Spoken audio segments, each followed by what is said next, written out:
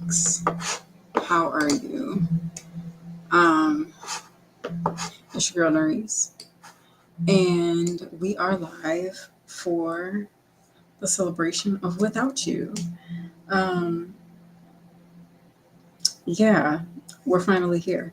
I mean, everything kind of like happened better than I planned in terms of like making everything. So like I already had the content ready. I think the only thing that I had to tweak last minute was when I exported the video. The lyrics weren't on there because I tried the transcript thing, but I had to end up tweaking all the lyrics anyway. So it wasn't like regular like text boxes on Premiere. So and then when I exported it, it exported without the transcript captions closed captions, so I had to re-download it. But everything came out right. Um, you know, the audio is on SoundCloud, the visual is on YouTube, and it's just a lyric video. But a lyric video nonetheless, because lyrics matter. Um, yeah, so here we are. Um, yeah, I'm pretty like proud of the song. I had it in my head for a while before I actually recorded it. So it was cool to kind of like be an alchemist in that way and just, you know, manifest the thing that I have been hearing. Um, yeah. So I'm excited about that. I know I'm like really chill right now. Like I'm not in a like super hype mood. Just because I've been like chilling most of the day. And I had some other things that I wanted to like talk about a little bit on here. But first, I just wanted to like highlight the positive. Um, and just shout out to the people who've been a part of the live streams um, throughout me making this whole project. It's been a journey because it started, for those who don't know. Well, let's just start there. For those who don't know, right? Last Saturday was the 7th year anniversary to me releasing I Got You. Hold on.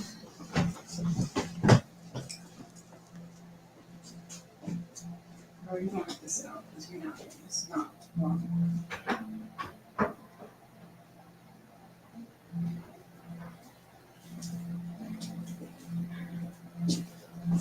Okay. Anyway, so last week was, 7 years that I came out with my first music project with a group called Down to Mars, right? And in celebration of that, that song had been like on my mind to do. Like I had been listening to a lot of Q-Tip and A Tribe Called Quest just because, clues led me there. And I had listened to We Got It From Here, Thank You For Your Service, the last Tribe Called Quest album. And I listened to it all the way through, which I hadn't done in a while. And for whatever reason, like Conrad Tokyo just kind of like stuck with me. And I just really liked that beat. And then I just kind of kept humming this melody with it. And so I was like, all right, well, let me see if there's an instrumental. And there was an instrumental. So then, like, I just kind of like put the song together and like used different like older songs, and then referenced certain songs. And then just like a concept that, even though like the majority of the context of the song doesn't align with how I feel these days, I just felt like sonically that's just kind of like where I was going with the song. And, just that element towards the end of, now I burn all these photographs. That's a little bit more accurate in terms of how I feel. Um, and I feel like anyone can speculate and assume who the song is about. But I made a post earlier today on X, Twitter, because I was posting back and forth between Twitter and Threads. And because I was like kind of like getting used to Threads. Threads is essentially kind of like Twitter, just less chaotic right now. At least that's what my timeline is. Um, and so I posted saying, just to be clear, the song is about, um, pretty much anyone that I considered a loved one that I felt, you know, there might have been a rift in a relationship somehow, some way. And I, had bent over backwards to try to repair the relationship. And, realized when I would try to reconnect with people, it just wouldn't feel right, or something would happen and things would be thrown off, or I would feel like people like playing with me or playing mind games with me. So then I would separate myself. And then, once I would kind of like nurse myself back to health, be like, oh, but these were my friends. Like, I grew up with these people. Like, there's been way more good years than bad. And so I would repeatedly give these people chances, and they would repeatedly play in my face. And and at that point, like, I can only blame myself for allowing them to fool me. And really, what aided in that were like certain people that I trusted at the time, like leading me to that and telling me, oh, but those are your friends, this and that, they love you, like, I don't think they mean any ill will, the whole time intentionally setting me up to fail, basically.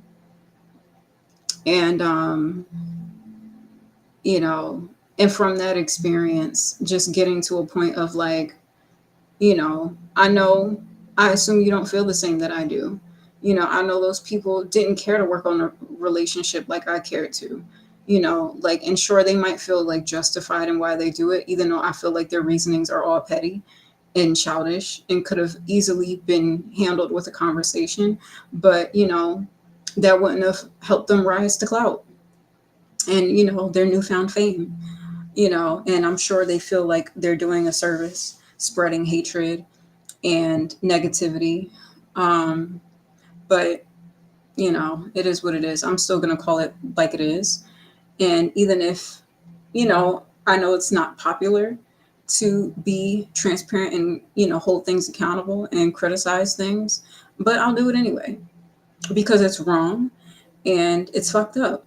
And, people want to point the finger and, note the things that I've done that might have been fucked up, but at least I've tried to make it better. I've tried to rectify those things. I've tried to heal those things. But I realized I was trying to heal things with people who were intentionally trying to cause me harm and didn't want to heal with me, and didn't want to see me do well. They didn't want me to be in my right mind. They didn't want me to, be a better person versus the person that I was when I made those mistakes. They needed to create this narrative, and anytime that they had an opportunity to be around me, it was an opportunity to set me up to fail and create another narrative of like, oh, look how she fucked up this time, as if it wasn't provoked and strategically planned, and so, and it's frustrating because it's like, you know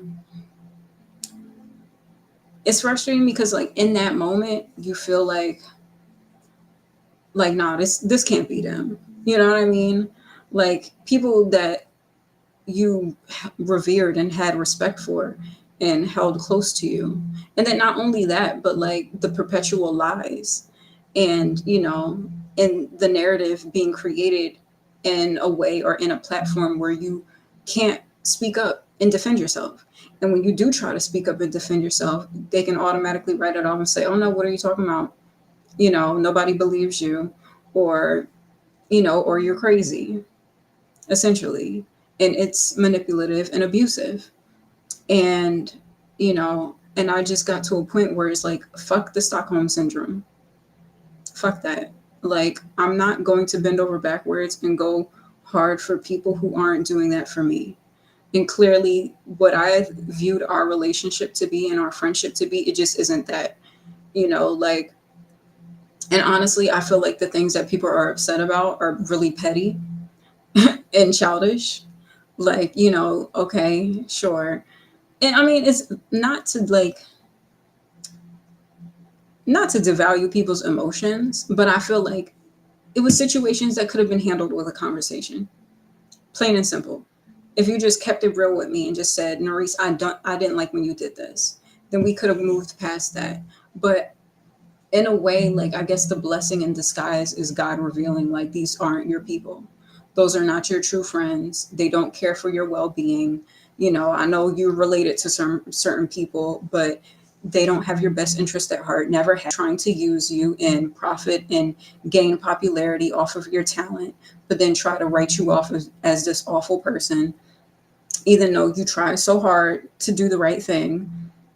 And I just realized there's no way to win with these people, in terms of like trying to prove myself. And again, like, it's not like I need the validation of other people or I need to prove myself to people, but it's different when it's like your family and, close friends that you've known for years, and you respect them and you love them. And sure, you might have fell short as a friend, but everybody has those moments where you might fall off as a friend, but then you have honest conversation and you try to rectify the situation and get it back where, you know, could be. But that's only if both parties want that. And see, the thing is, all the other parties would act like that's what they want, but they acted like that's what they wanted just to get around me and use that as an opportunity to either manipulate me, play with me, or whatever.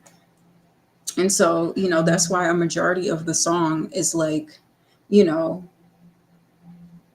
admitting that I know you don't feel the same I do, you know, and I guess we got to take it back to playing it cool, like back in the day when we was in school.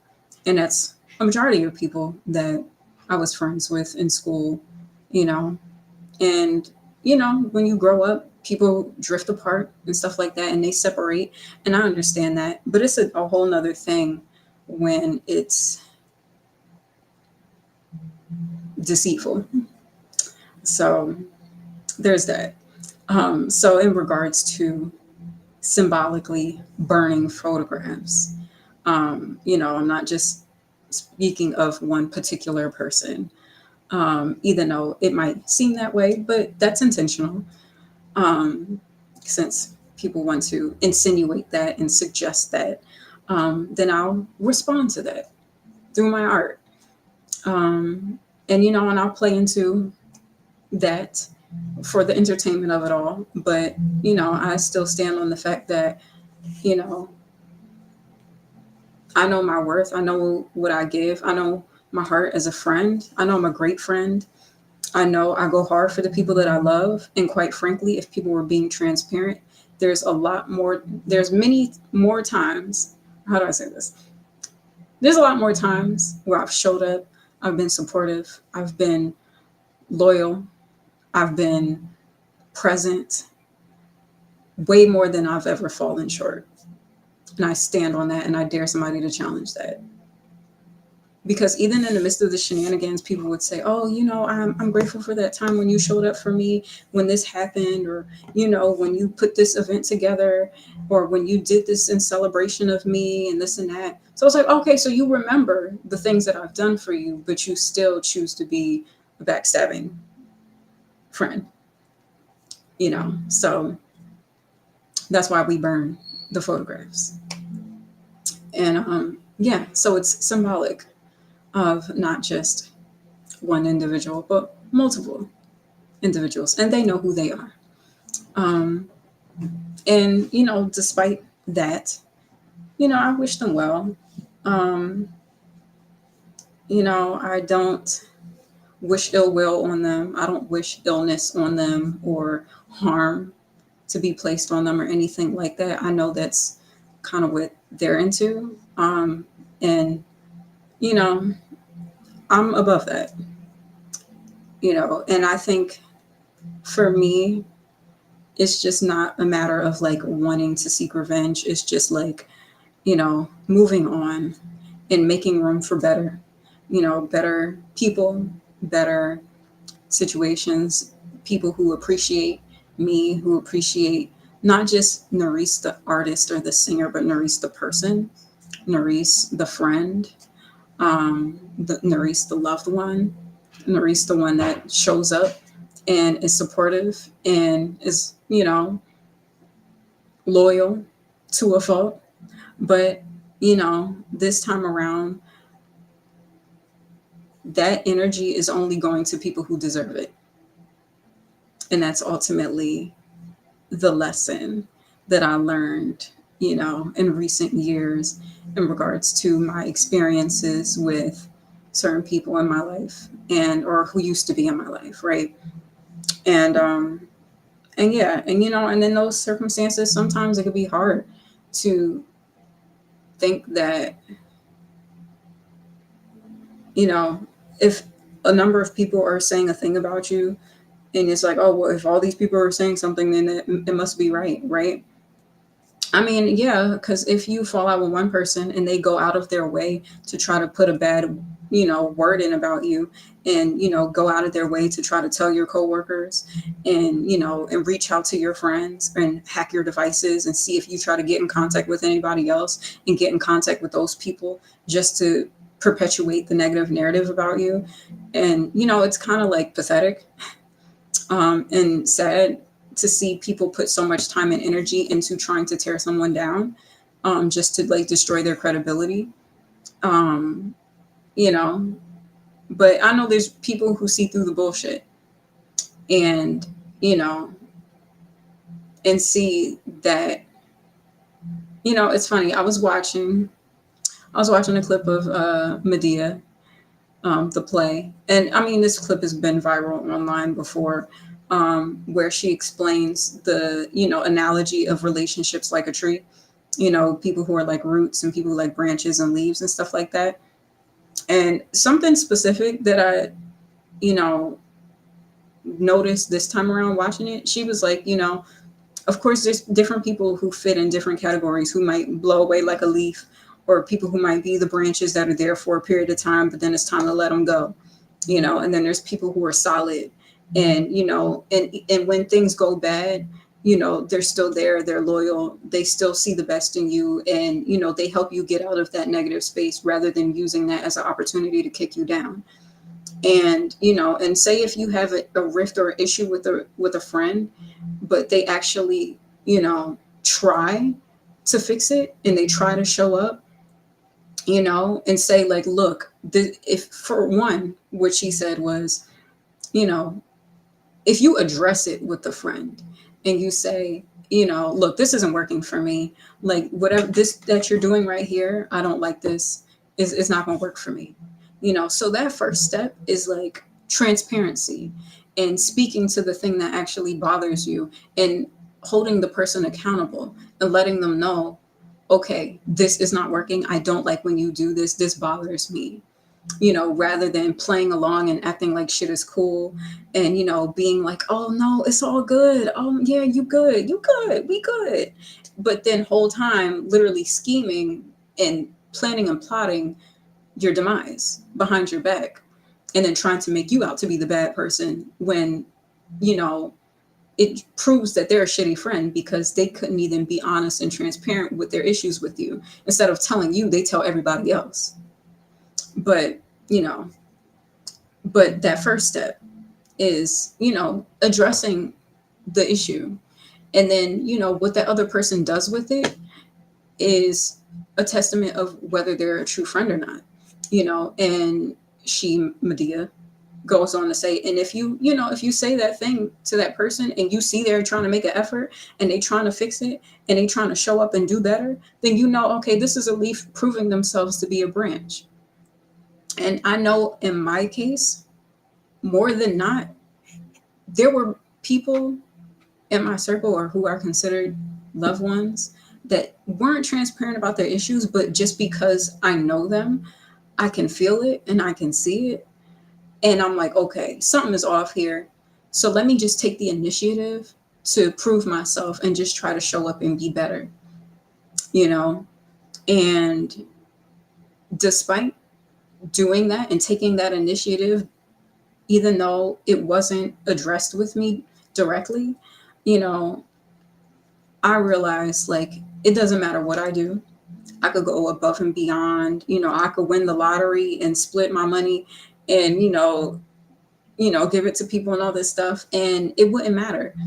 I can literally heal somebody and bring them back from the dead, and it wouldn't matter because the ultimate goal was to paint me out to be a terrible person and use that as an opportunity to get popularity and say, oh, she's a scammer, she be stealing and this and that, or whatever the case may be, or whatever people have said about me.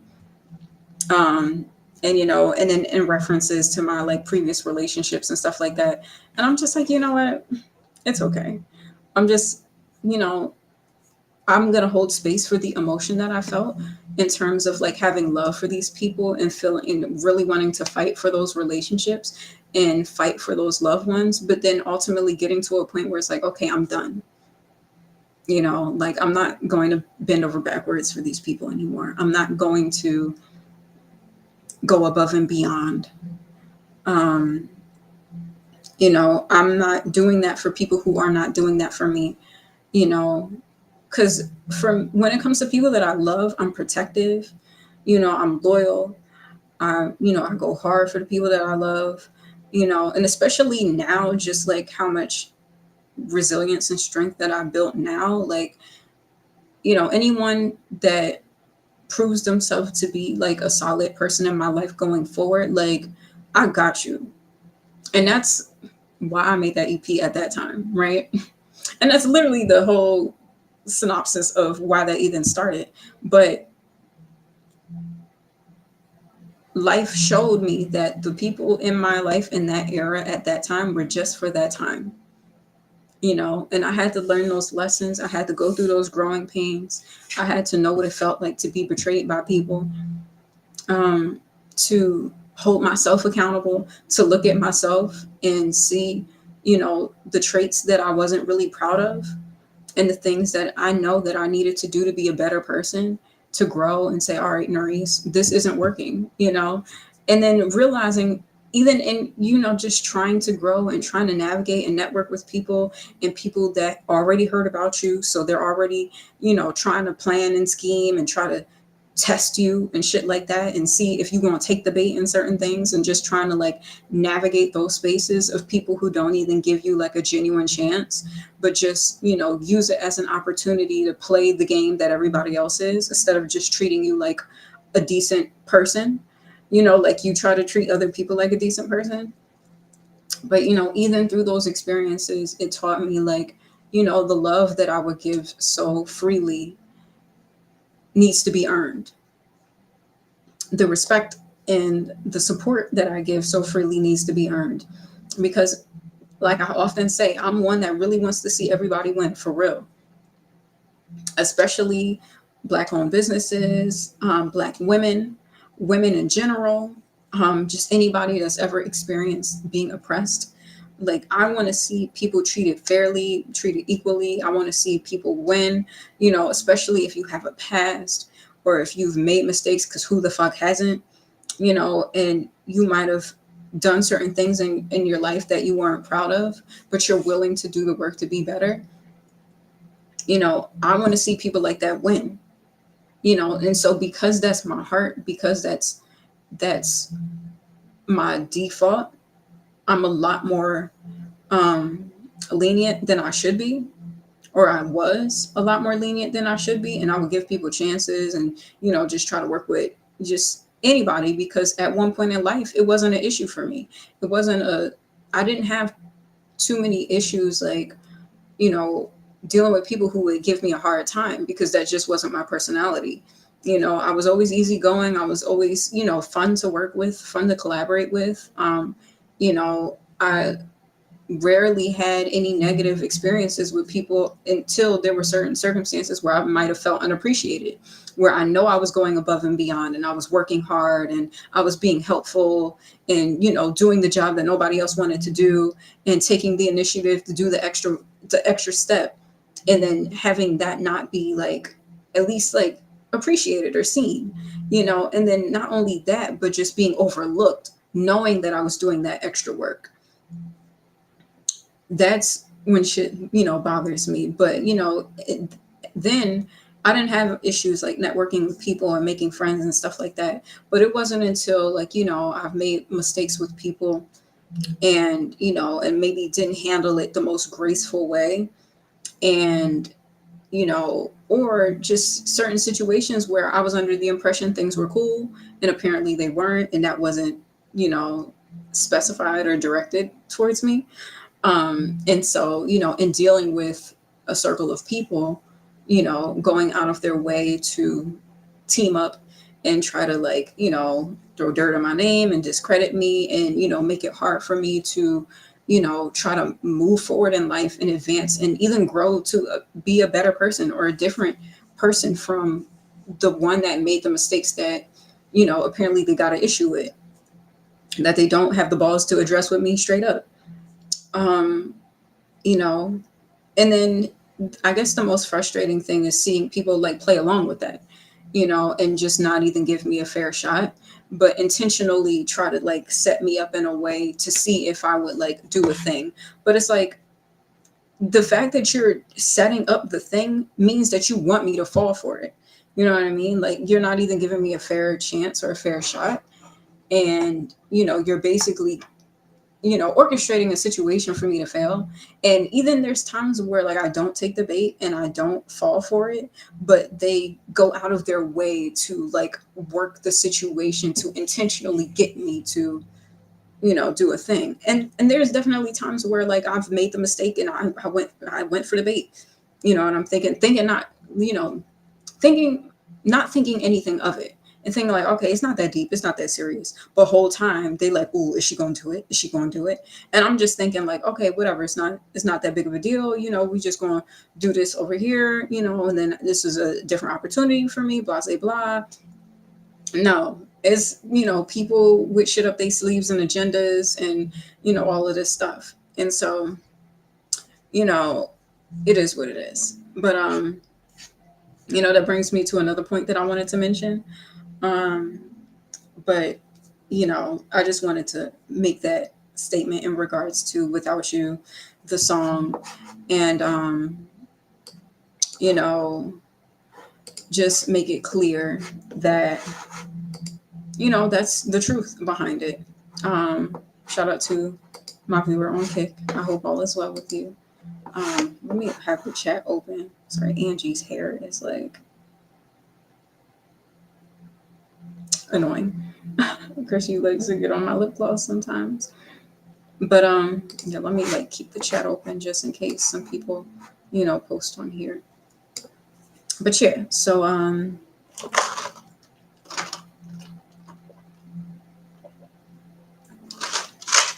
sorry, my throat was a little dry. Yeah, so I just wanted to specify that. And honestly, like, people, y'all can think whatever y'all want to think. I kind of don't care because, again, I could literally save like a baby from a burning building and y'all would still find a way to try to make me out to be a villain, and give me a hard time. So it is what it is. But just know like all that shit is going to come back to y'all. But at the same time, thank you to the people who genuinely watch my platform and follow my accounts and like my posts and interact and and engage in a genuine way, not because you're feeding into the negativity of what everybody else is doing and into the games and into like the bullying and all of that stuff. Like, no, because you genuinely see the talent and you see my intention and my heart and appreciate it, or you like it, or you fuck with it. Thank you. Shout out to y'all. I know y'all are out there and I know I really need to give y'all more attention than anything. But yeah, shout out to those individuals and the supporters and the audience and the people who purchase and join in the chat with genuine intentions. I appreciate that. Yeah, so I wanted to say that. Okay, so I was thinking about doing something on here, but I'm not going to do it today. I'll probably save it for maybe like either tomorrow or Monday. I'm not 100% certain. We'll see. I'll have to go through my schedule and, see what all needs to get done and what the priority is. But What I will say is I did want to make an announcement in that what's the name? Okay, hold on. Let me make sure I get it right.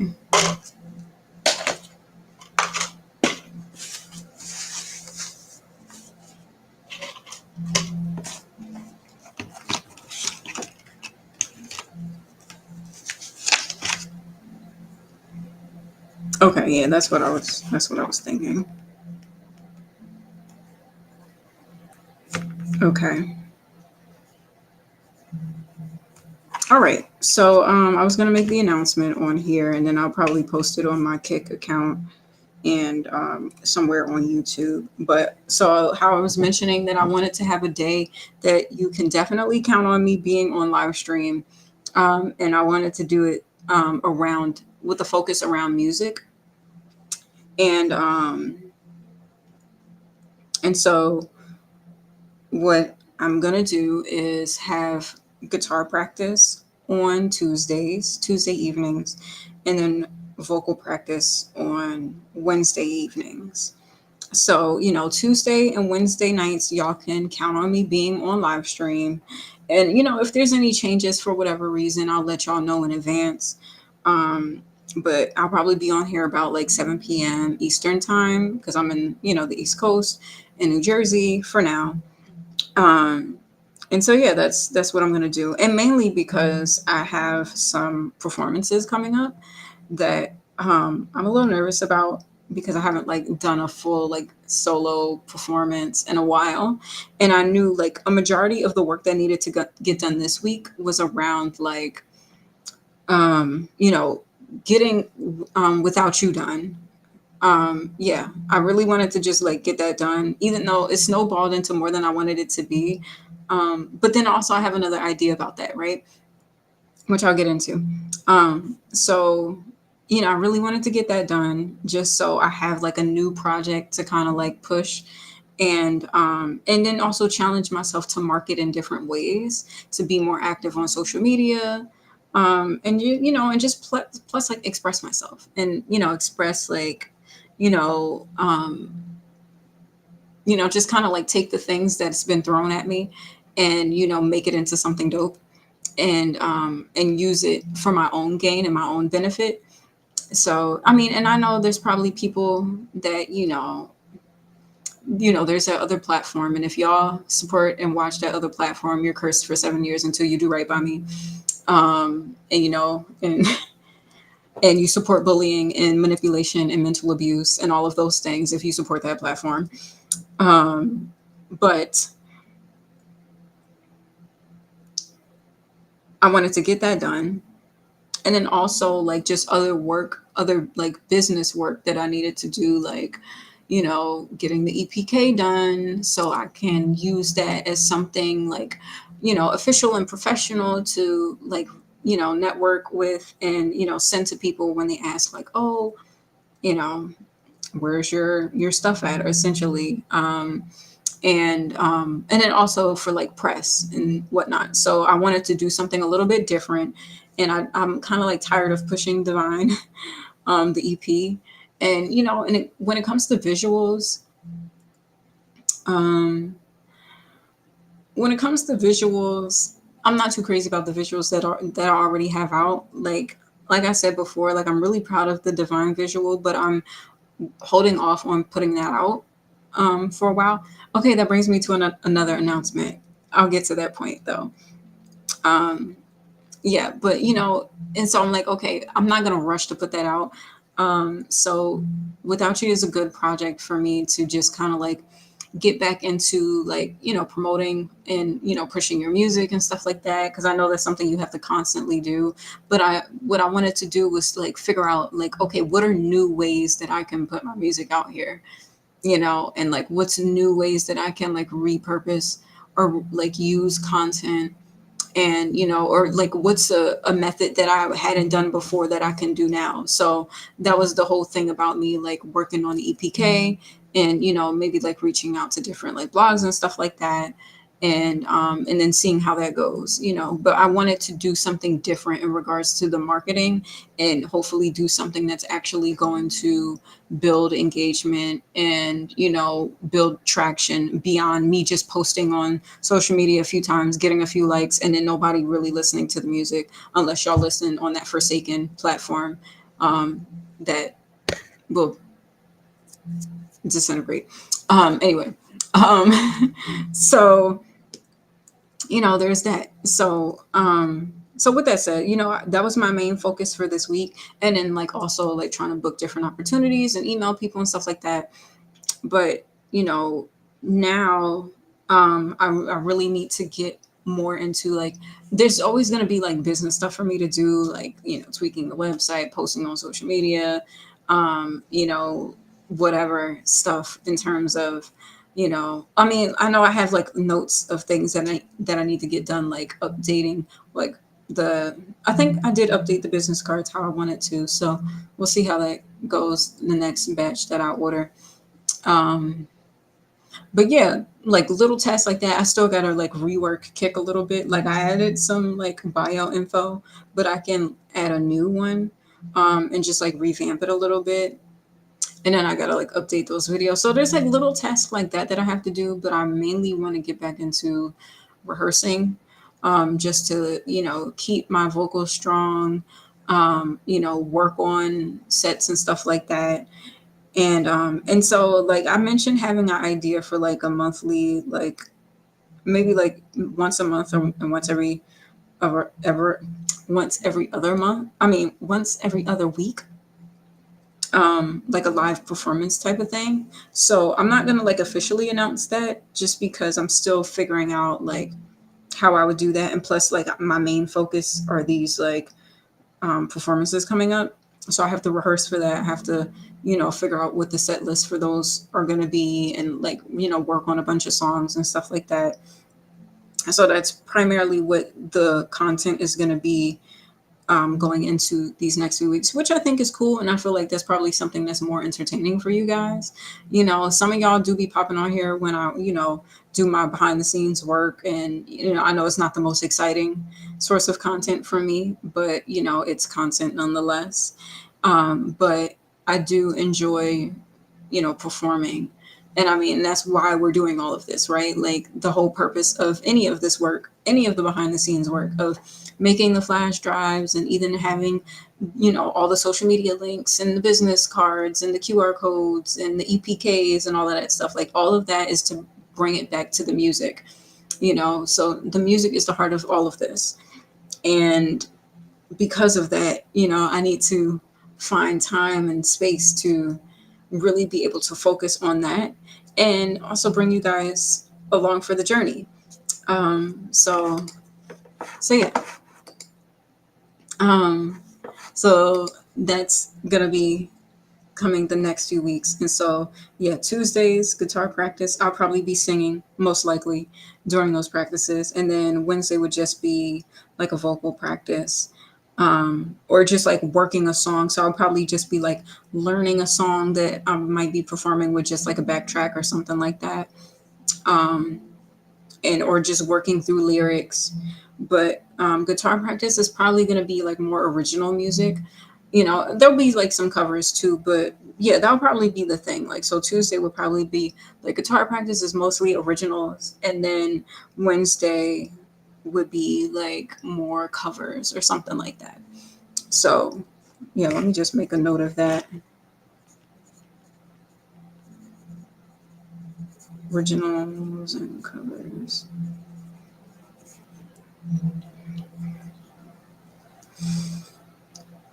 Okay.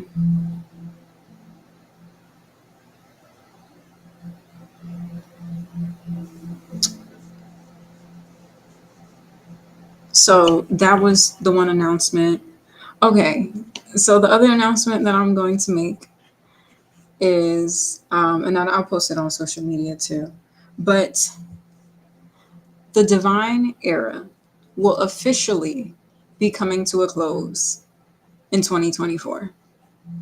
Now I know that's some time, And, I'm not going to say any particular dates or anything like that, but just so it's clear, and just to put it out there, because, yes, I know I've been holding um, the divine visuals for a while. But again, like I mentioned before, I wanted to do something different when it comes to the marketing of my music and actually do something that's going to like build and get it to the people, get it to my audience, get it to my demographic, the people who want what I have to offer, and who want to support me genuinely and who will love my music.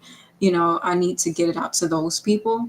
And I want to do it the right way. And I want to do it in a way where I'm challenging myself to do something different. So, with the stuff that I'm going to be putting out within the next few like months, it'll be me just kind of like rebuilding that momentum of, you know, interacting with my audience, practicing music, booking shows, networking and stuff like that, and really finding the spaces for me. And so by the time we wrap this era up officially, I'll have those like resources to really roll it out properly.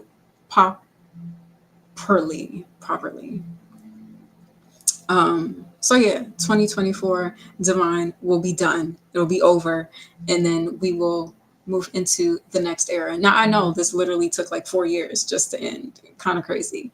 It wasn't supposed to be like that. And honestly, like it was supposed to be over way before then because the whole plan was to do the short film, but I had to like rework my idea. But this time around, like my approach to music and film is going to be a lot different, and it's going to be better planned and like better executed to the best of my abilities, and just like have everything just kind of like done in advance before an official rollout. But again, like it's things have taken longer than I wanted it to just because of my situation, and just wanting to protect my intellectual property, like I've been saying, and like I'll continue to say. As an artist, my work is, an extension of an expression of myself, but it's my property, it's my rights, it's my masters in terms of my music. And so, just the experience of having my work displayed without my consent on some unknown space, to me at least, and you know people replicating my work, like that bothers me, and it will bother any artist. And there's many artists who go through that and know what that feels like. So, and for that reason, I've held off on making new music and working on new stuff. But, you know, I will say, Divine era will be ending next year. So there's that. And so, and then on the point of, um, you know, finding spaces for me, um, I kind of wanted to have like a more like sentimental moment just to kind of like address something that like I think is important. And, you know, there are outlines. Anyway, see, people be coming up with any fucking name on these things. Okay, so okay, speaking of events and places for you and stuff like that, and then like with my performances coming up, like it would be different if my situation was like I'm some unknown artist that's just trying to like make it out here, right? But it's quite the opposite in an obscure way. It's not like, I know people have to act like they don't know who I am, but my life has become this huge phenomenon. Um, and, everybody else has to play into the facade. Um, and then anytime I speak out and say the truth, oh, she's crazy, we need to put her on medication or whatever the case may be, right? Which is abusive and using mental health in a way, weaponizing. Um, mental health advocacy. And speaking of weaponizing mental health advocacy, so I'm just gonna like briefly talk about this. Because I don't want to give like any like light or clout to any particular space or organization, but I just want to talk about something that I feel like is important in regards to that, just from the experience. So, so yesterday, like I didn't live stream or anything. I kind of had like a slow day, but I was still productive though. Like I had to work on my bio and like email for the performance coming up that I have. And so I was working on that, and that took me longer than I wanted to because they had to have it in like only a specific, um, you know, like only certain words or like a number of words. And I'm like, Lord, I know my bios just keep stretching and stretching because of I try to like make it like artful in terms of how I word things and plus like there's a lot to my story. And so at first I was just gonna make it about music, but then I was like, I should speak to my experiences of, the issues that I've had in my relationships and, dealing with depression and surviving a suicide attempt and and just how that affected me and how that led into me making Divine in the first place. And and that's true, it's a part of my story, and it's not pretty, but it's real. And I know that's something that other people have gone through and or might be going through right now. And so I felt like it was a really real aspect to my bio that I wanted to include. So I was just like, how do I put this in here to like speak truthfully, and and tell my story and do it in a like concise way. So that was something that I was doing earlier in the day. And then I got like a message in regards to an event that was happening in Philadelphia, in this space that is geared towards like entrepreneurial artists, independent artists that are like, trying to build their thing up, right? And so, and then the event was, about impact and giving back and stuff like that. So there was someone to speak about like mental health, and then someone speaking about using their art and their creative expression in a way to give back as well. So I was like, okay, you know what? Part of me kind of had been like hesitant about going to certain events within this space, because I hadn't been there in a while. Like I was a part of the organization briefly back, when like towards like the end of Down to Mars. Um, and the last time I've been there, I wish things kind of happened a little differently. How when I was there, and like I wasn't really like proud of how I networked and stuff like that. So I was like, okay, it's years have gone by, people grow and change, people shift, and then plus they're in a completely different location. So like, let's see what it's giving. And plus, like this is supposed to be an event about impact and giving back and mental health and stuff like that. So like, let's see what it's really giving, right? And I know I shouldn't be in the mindset of expecting things to not go well.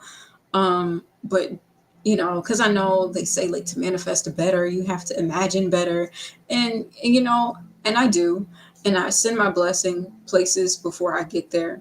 And in some situations, it's not like a terrible or traumatic thing. So it might not be like the most like positive experience that I've had, but sometimes I'll have interactions where it's just like regular. And I'm like, okay, this is nice for a change. So I was like, let's see what it's giving. Because, if this is supposed to be about mental health and giving back, let's see if the vibe, if they pass the vibe check, the vibe test, right? And the thing is, I complain about that a lot in regards to spaces and people that specifically highlight advocating for mental health. And then when it comes to the phenomenon of my existence and the stories and all of this and that, and just how mental health has played a part in all of this, and I repeatedly and will continue to call out the hypocrisy of people who say they advocate for mental health, but then also partake in, you know, the citing of manipulation and mind games and, mental abuse and gaslighting. And I know like gaslighting and narcissism and all of that stuff are buzzwords that people say a lot, but I've actually had and do, unfortunately, deal and have dealt with those things.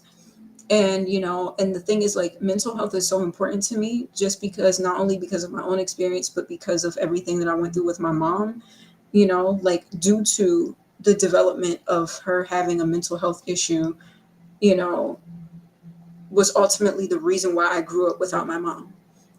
And so a lot of the reasons, a lot of the things that y'all like to throw in my face and and use against me and judge me for, I can guarantee it ties into something that had to do with the fact that my mom wasn't in my life.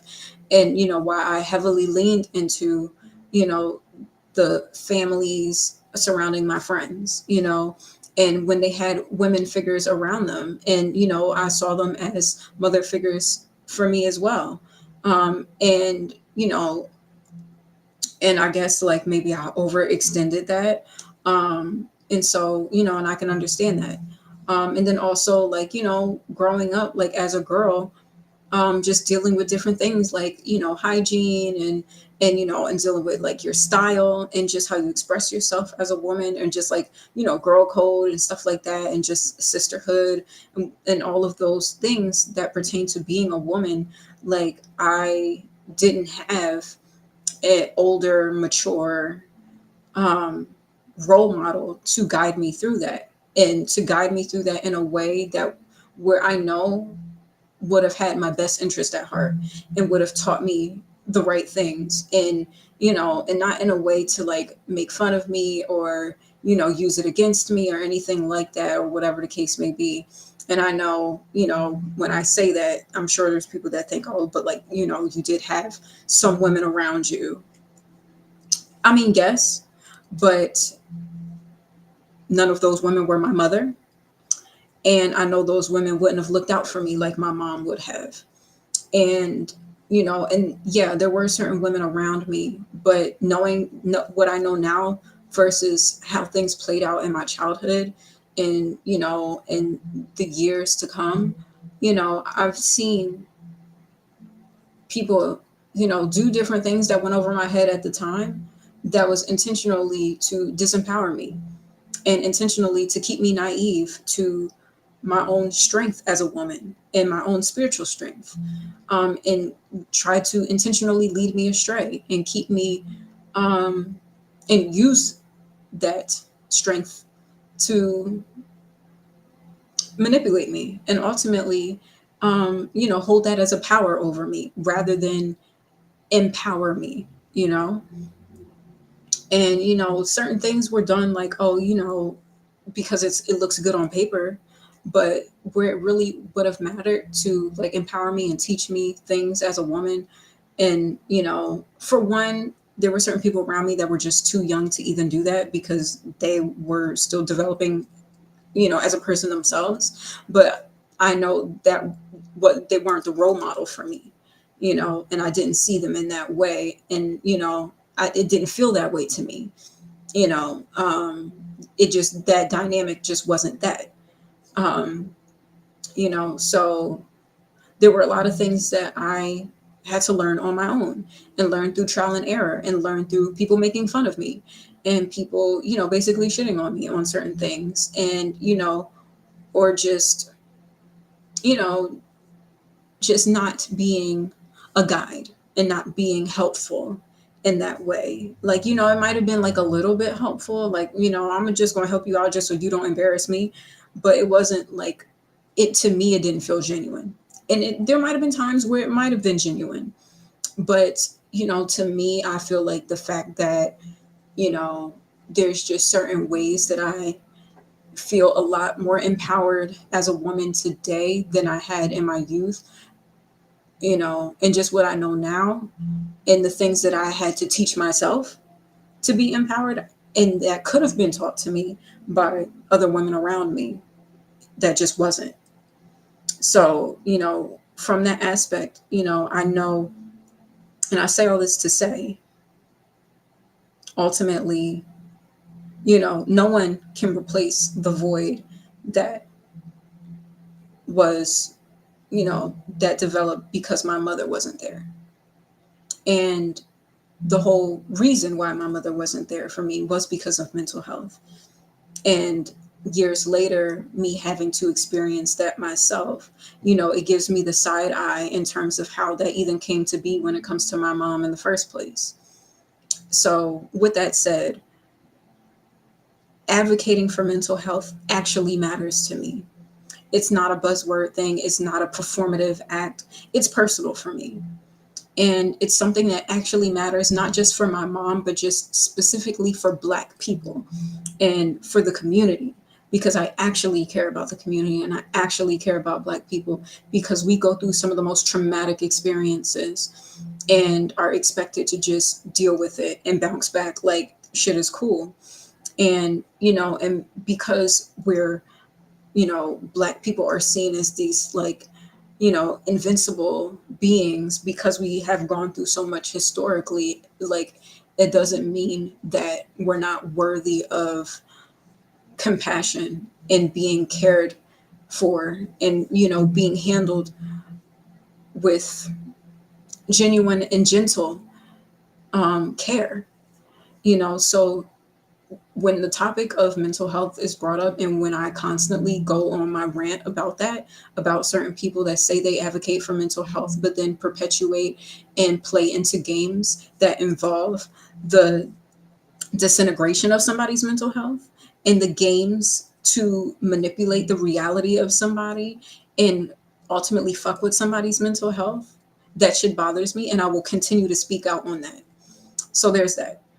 So I was like, okay, so just with that precursor of understanding my mentality of, you know what I was like kind of like preparing for going into this and just knowing what this means for me, like I was like a little hesitant, but then at the same time I was like, look, it's a test more than anything.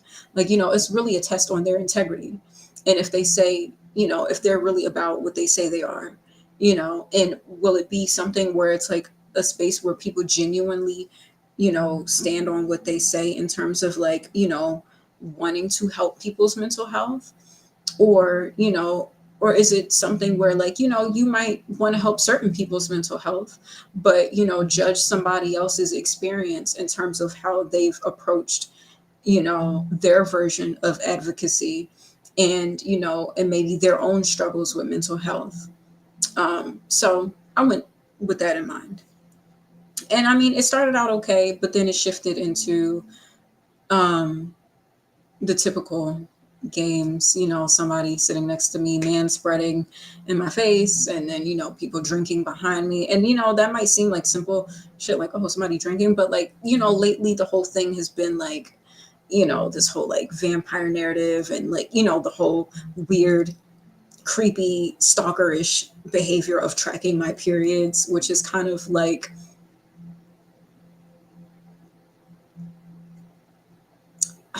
I'm trying to find the word, despicable. Um, and so like that's become a thing as of late. And yeah, so I wasn't like surprised, but I was just disappointed, in certain references and things that were said and whatnot. And then trying to like mix in positivity with that. And my thing is like, there, like for me, like you can't mix in positivity with that, you know what I mean? And and I understand like therapists are human. You know what I mean? Like they're not this like these perfect beings that like have all the answers. Like I know therapists are humans, and and even people who use their work to give back. So I know I don't expect them to be like this all knowing, all perfect being. But I'm a lot more intentional about, paying attention to people's character, and and if they stand by what they say they mean, you know. And for me, I just felt like, like being real about the situation here, like, as much as I try to be low key, it just, whatever, things just aren't right. So yeah, it ended up being a little bit disappointing for me. And and I say that to say, like, I was having, okay, I usually don't speak on my own. Okay, that's not true. I do share a lot. But I don't really share like too much vulnerable things about myself. Just because, like, I know, I guess there's a ideology or this image that I guess to my that I put out myself, that I'm strong, because I am. And I am resilient. I'm strong, I'm resilient, I'm persistent, and it takes a lot to make me, feel like backing down. I mean, clearly, I feel like, a lot of the, um, uproar has earlier this year has been for me having the nerve to stand up for myself, and not only stand up for myself, but use that as an opportunity to highlight issues that matter to me. And some people can, think what they want of that. Some people can think that as, it being like disrespectful, or, a performative thing. Well, literally, it was a performance. But, I mean, again, you can't please people. I feel like I said, if I saved children from a burning building, people would find the thing that I got wrong.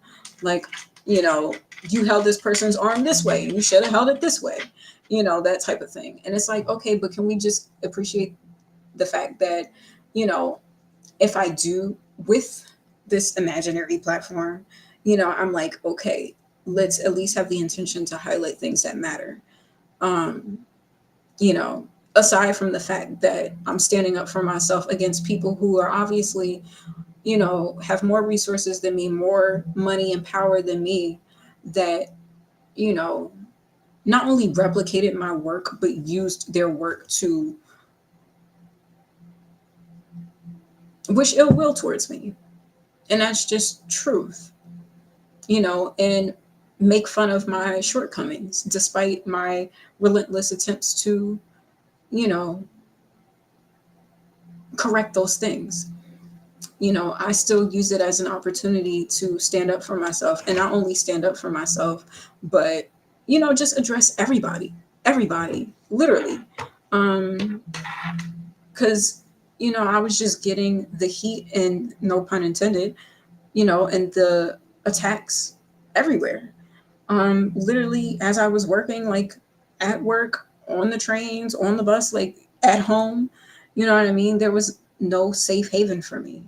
And at that point, anybody could have got the fucking smoke, you know? And I think it says a lot for the fact that I even had the nerve to still stand up for myself and continue to put out a fly visual and look damn good while doing it.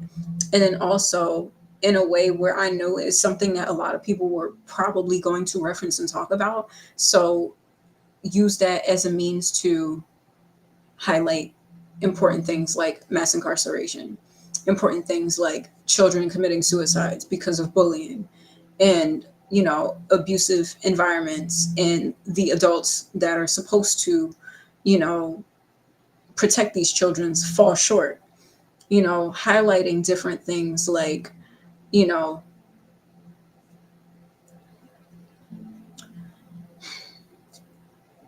having the nerve to stand up for yourself. But then also, sorry, I'm just like, I'm thinking about what I wanted to get to.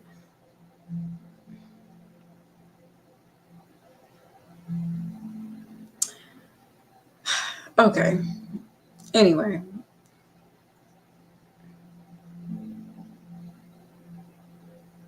highlighting homelessness and highlighting breast cancer, specifically in Black women. Um, and that's another point that I will get to, that I'll briefly mention.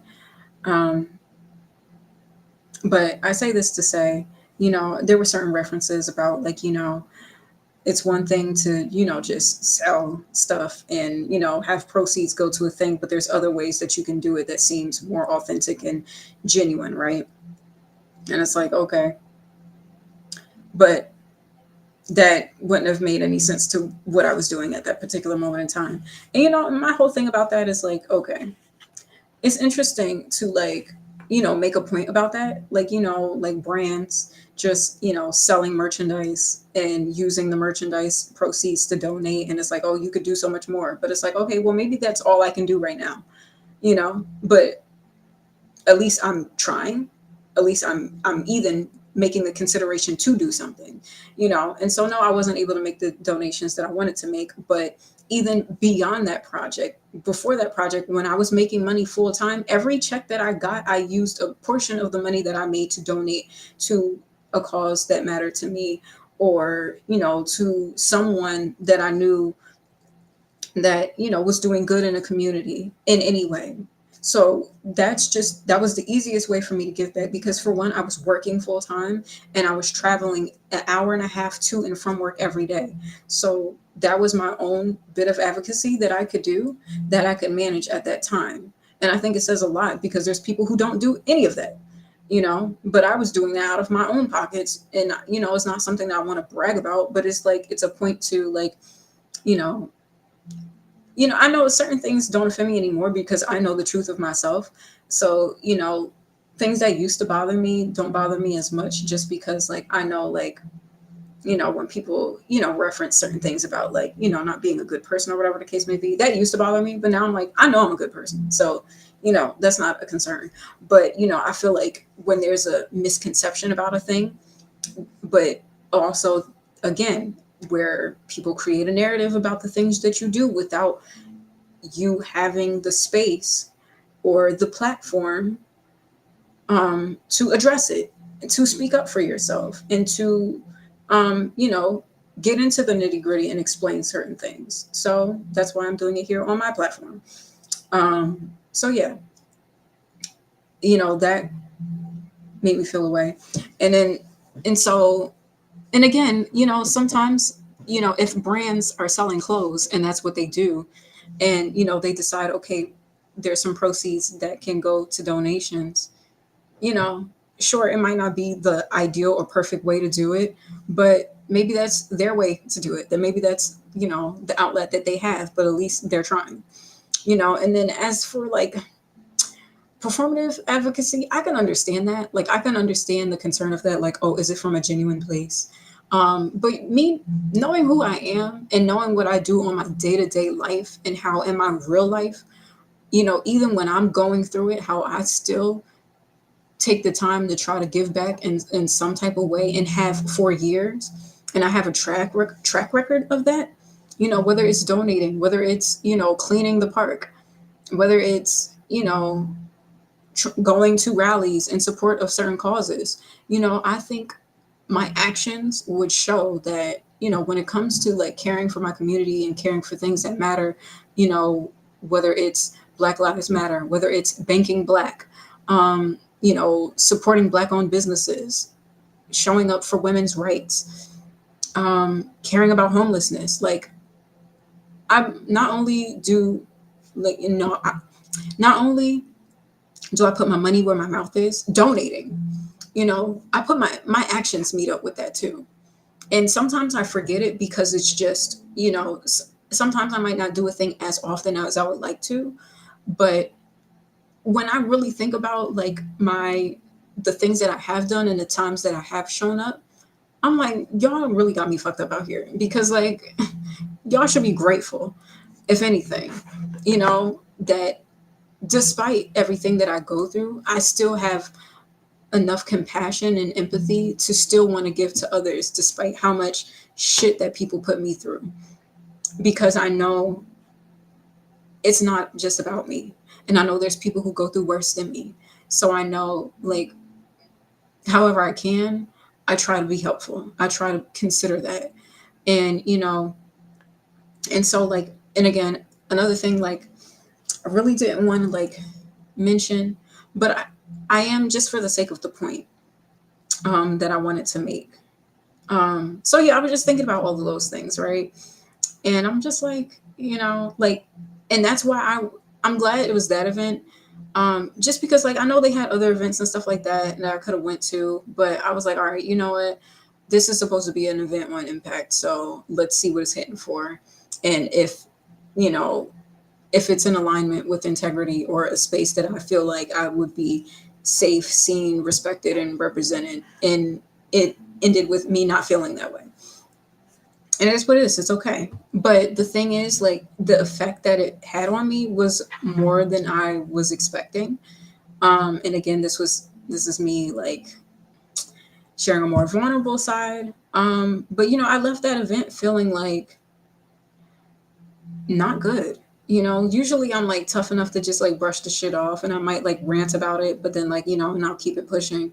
But like, it just really, it wasn't that I was shocked by it. I was kind of expecting the bullshit a little bit, but even though I shouldn't have to. Um, but, I don't know. I just felt like, I guess like really defeated in that moment. And I was just thinking like, I kind of mentioned this on my live. I kind of mentioned this on my live stream a few days ago. Just feeling like, what is the point of me even doing this music shit? Like, people give me such a hard time. Like, people, you know, go out of their way to attack me and, act as if they're draining my energy. Literally, referencing all these times that I've made mistakes and, and just like constantly making shit hard for me. You know what I mean? And it's exhausting sometimes where there's like absolutely like no space where you feel like seen, heard, safe, respected, but you're a good person. Like I know I'm a good person. I know like I care about people. I know all the things that people used to say about me aren't things that I do anymore. So it's like, okay, like I can take constructive criticism. It's one thing if it's like specifically to try to like diminish my spirit, but it's another thing where it's like, okay, you probably shouldn't do that. Like, you probably shouldn't be messy when it comes to dating and whatnot. And I can look at that, identify with that, and say, okay, you know what, I need to move better in that way. And I have, and it's like, and it's exhausting when you're constantly in spaces where people only treat you like a hoe. And it's like, but you couldn't even get with me if you thought about it. Like, you can't even step to me and think that you have a chance.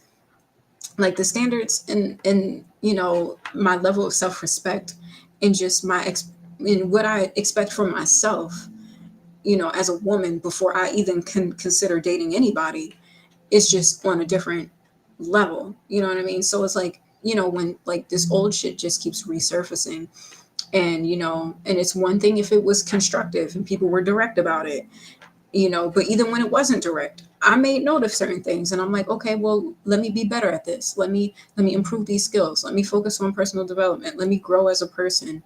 Let me listen to this motivational stuff. Let me get my mind right. And just do all the things to try to be a better individual.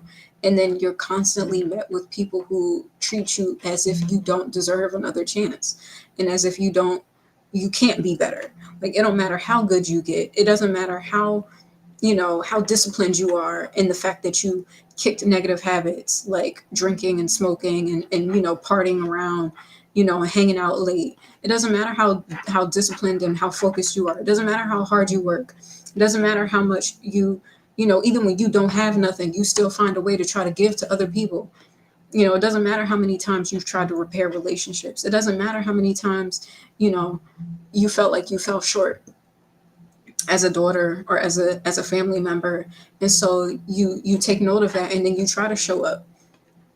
It doesn't matter how many times you try your best to do the right thing, and it's like everywhere you go people treat you like you're nothing. And I was really having like a moment last night, and I hadn't like gotten like that and really thought like that in a while. where I was just like, what's the point? Like,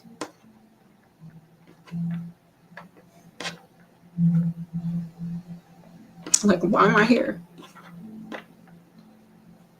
Like, I'm trying. Sorry, I did not want to do this. Um, and I just felt like that. I was just like, fuck these people, fuck this planet. And it's just like, what's the point? You know. Sorry, y'all.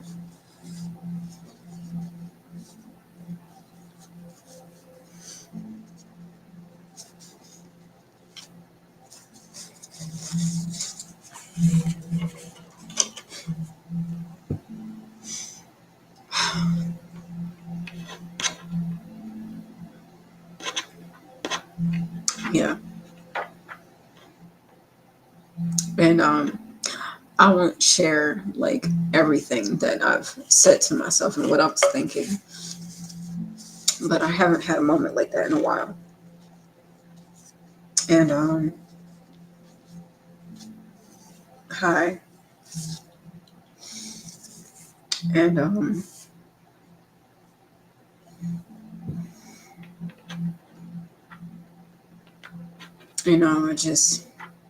it was a lot. It was a lot in that moment. And especially I think what it was just like it was really triggering because again, like mental health is really important to me because of my mom, and right now she's the only human on this planet that I actually give a fuck about, that hasn't hurt or betrayed me or disappointed me. And I just felt like how her life turned out to be is just so unfair. And she deserved so much better. And, and she's my main motivation and why I keep going.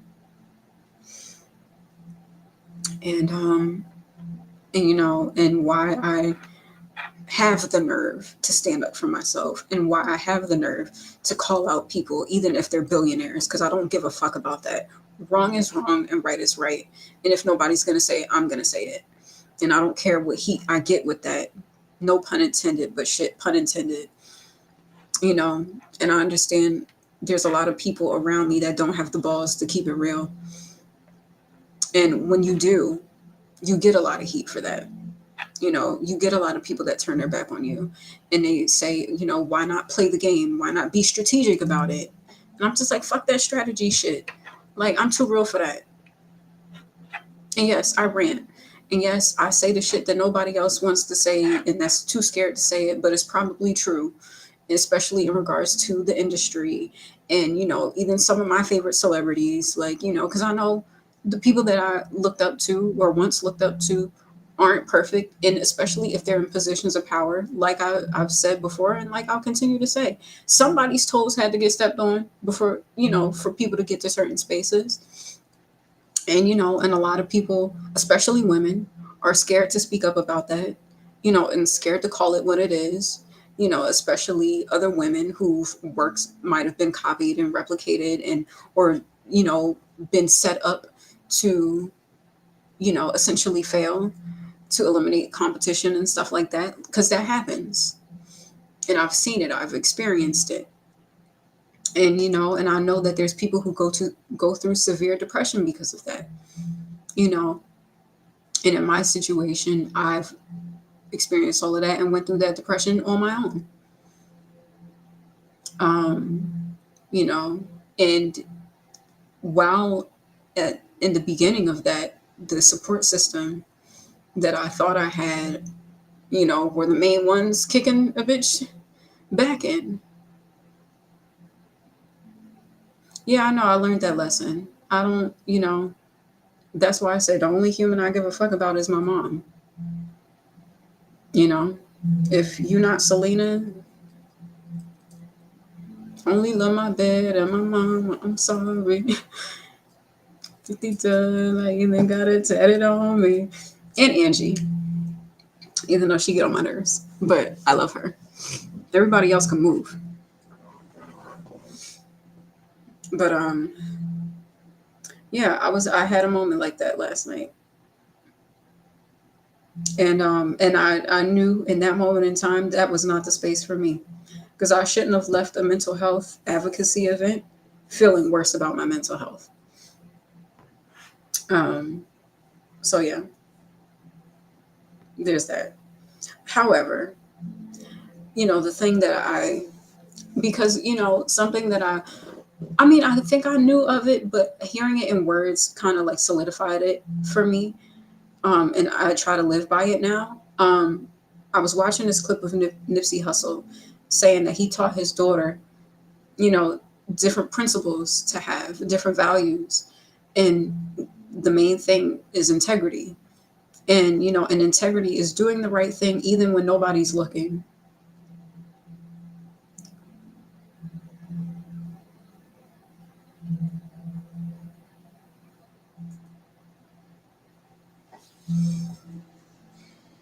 Okay, random, but let's keep the conversation about uplifted. Um, you know, I don't need the energy of death right now. Um,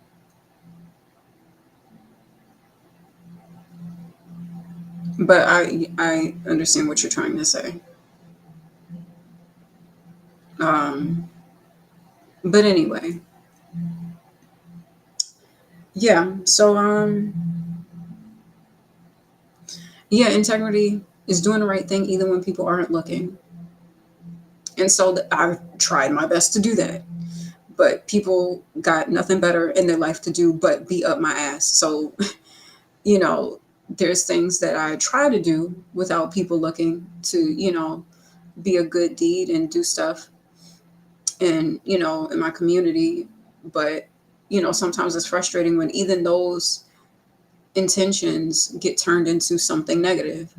Um, or those intentions get put on display when I was really just trying to do something simple and, low key, for my community and stuff like that.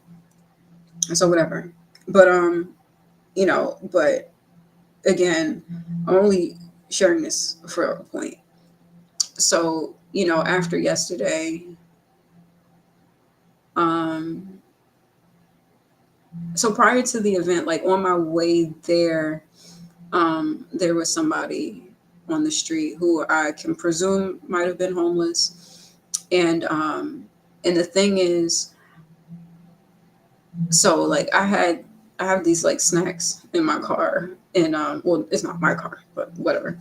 I have these snacks and water bottles that I ordered because I was making orders for a business to help build like business credit, and I was like, oh, what should I get? I don't know. And I was like, let me just get this, and then try to plan like a give back where I can like give meals away or something like that.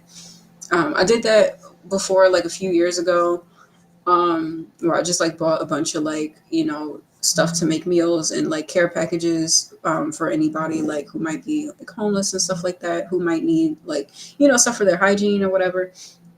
And I haven't done that in a while, and I haven't done it lately just because like finances have been tight, and I've been really focused on like you know building Neo Mac Entertainment and really pursuing music full time. Like y'all can see on all the live streams, like it's mostly watch me works because I've been working my ass off. Um, but every now and then, like if like I noticed like okay, I would have it with me, and there would be times where like I'll like be driving running errands, and I'll pass by somebody that's like asking for like money or something like that, and I'll feel bad because I'm like I have stuff that I can give, but I didn't have it set up right for me to be able to give it. So I still had like brown bags that I bought the last time I did my giveaway. And so I was like, okay, what I need to do is have like bags prepped and just and like have it like in the car or whatever, but like have it with me. And and it's not like a whole lot. Like I wish I had more to give, but it's something. And everybody needs water. And so I'm like, okay, at least like there's water in there. It's like a little snack, but I want to be able to like give a meal at some point and give like more. I want to give more, really. But it's what I have for now. Like I know like I'm in my own struggle And, and still here I am, like trying to, find ways to help other people.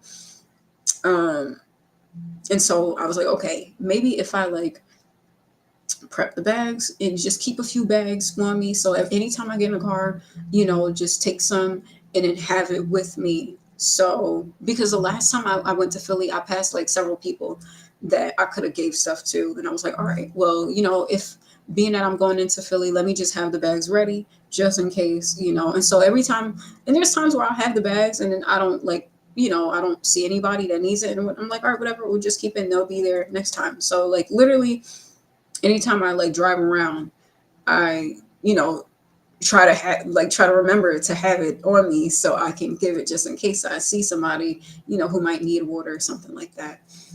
And so yeah, so I on my way to the event, there was a guy who was, asking for money, and I was able to give him a bag, and I was like, oh yes, finally! Like I had the bag ready, and I was like so excited about that, just because like I've been so frustrated about like the previous times where I had stuff and I wasn't able to give it, and so I was like I was ready this time. So so yeah, I had like I was able to give something, and then so after leaving the event I was like looking for food and I was like, just kind of like in the area, just like enjoying kind of like being in Philly. Cause like I've always, wanted to live there. My mom is there. And I've always like loved being in the city, especially like at night, like, I don't know, like city nightlife, like just the aesthetic and the lights and stuff like that. I've always liked that vibe. So I was just kind of like driving around looking for food. And so on my and the thing was I wasn't able to find food for myself because everywhere I went everybody was closed or the kitchen was closed and stuff like that. So I was just so irritated because I was like hungry, and so I wasn't able to get anything, but I was able to give away at least two more bags. And so yeah, so I was able to give another one to somebody. um and then on my way home, and the thing was on my way home it took me a way that made me drive out of my way towards my normal route home. And so I was like irritated about that. At first I'm just like, why is this GPS taking me all the way over here? Like I know there was a quicker way for me to go home, and I was getting out of the area that I was in. I just needed to get in a familiar place. But where I was on the highway, like I had to go up like towards Valley Forge and then like loop around like the zoo and then come back and then get on the highway. So I was just like, I was irritated because I was already hungry. I was kind of like annoyed about like the event a little bit and just like, feeling like the vibes or whatever of just like being like, why the fuck am I even doing this shit? Why should I even continue pursuing music or just existing on the planet? Like, why am I here? I don't know. And so, and that was another thing that was like, and then plus I was hungry and I was just like, yo, I just want to get home. Like, and so, as I was doing this whole like detour, um, and like going through like the zoo area to get back onto the highway, there was a woman outside with a sign. And I was like, okay. Um, and that was like a reassuring like moment for me. And I was able to give her something. And then she was like, oh, bless you, this and that. And she was really appreciative. And so that was just kind of like the eye-opening moment for me. And I was just like, okay, this is why, you know, and, um, and honestly, that was a moment I wasn't expecting to share that, but it just, to make it, bring it home the point of, just like how I was feeling and just like kind of like feeling a moment of just like, not even like disappointment, but just like, like discouragement. And I'm like, and I know like I'm a confident person and I believe in myself. Like, like it's hard for me to like give up. Even when I want to give up, sometimes I'm just such an optimistic person that I just don't know how. But in that moment, it was like really getting to me. And then plus I was hangry. And even then, I was still able to, Because because I went all the way out that way. Had I not went out that way, I wouldn't have, crossed paths with that lady and been able to give her something, and she wouldn't have been able to bless me. So I guess maybe we were like a blessing for each other in that moment, and it might have been a simple exchange for her, or maybe not. I don't know, but like it meant a lot to me in that moment, and like it shifted just kind of like how I was feeling in that particular moment, because I was just like so irritated and just like, and I was just like, bitch, I done wasted my time getting out here. Like, like I was just like, this was such a waste of time and energy, even though I kind of expect, like, had an idea of what it would be. But then I was like, okay, if it does go well, I can use this as an opportunity for me to like network and, give out my business cards and, maybe like push my products and stuff like that. But, just the vibe like threw me off. And I was like, I don't even care about making money. Like, so, and basically, essentially, you know, this environment isn't big enough for me. It's not enough for me. Not only is it not the space for me, but it's just like, you know, y'all talk about impact, but the actions aren't adding up to the statement. And that's fine. It's okay if it's not for me. So I'm like, all right, I just got to keep it pushing until I find the places that are for me. And, and in that moment, before heading home, it reminded me that it wasn't a waste of a trip. I was able to get out there and help at least like 3 people, and again, I, and for me, like, and where I still kind of like beat myself up at, it's like, I wanted to give more, it wasn't, to me, I felt like I didn't give enough. But, they all were like very kind about it. And all said like, really sweet things. And one guy was like, "You got your seatbelt on?" And I'm like, yeah. And in that moment, I was just like, okay, that was weird. But later on that night, like when I was just kind of like in a bad mood or whatever, I was just like driving around or whatever, trying to like get home. And then that man popped in my head and was like, "You got your seatbelt on?" And I didn't have my seatbelt on. So I was like, oh shit, let me put my seatbelt on. So like, it was good reminders, and it was reassuring that it wasn't a waste of a trip for me. Um, so yeah, I don't know, I just felt like I needed to share that. And, again, I don't care. I will challenge these mental health spaces till the end of time, until y'all get it right, until y'all come correct, and until y'all really stand on the shit that you say you talk about. And it's like, okay, it's one thing to be like, um, no, I just feel like if people are willing to do the work to make a change, like if people have a past or made mistakes or whatever the case may be, and actually care to do the work to change for the better, like I don't care if who you are. I don't care who you are. I don't care how much money you got. I don't care how powerful you are. I don't care how many degrees or certifications or whatever you got. You know, who are you to look down on anybody who's trying and who's trying to make an effort and who's trying to change for the better? And I might say that from a biased space, but not just for me, because I know there's people who are worse off than me who are trying too. And I'm sure they face you know, their own discriminations and their own oppressions of people looking down on them like they're nothing, or like they have nothing to offer this world. Everybody deserves a right to be here. And and there's something about everybody that makes them beautiful. And it's everybody has a past. Everybody makes mistakes. Everybody fucks up somehow, some way. You know, I was like, who the fuck are you to, determine who a shitty person is? Or to even think that whatever a shitty person looks like, doesn't deserve, a chance. Maybe they recognize, okay, I did some shitty shit, but that doesn't define who they are. And, who's to say that they're not trying to change for the better? And that's something that struck a nerve with me, because not just for me, but for anybody, and I say that specifically. So I know you made a comment over here. I'm going to read it. I'm going to get to it. Um, but, not just for me, but for anybody, you know, and not only that, but There was another point that I wanted to say.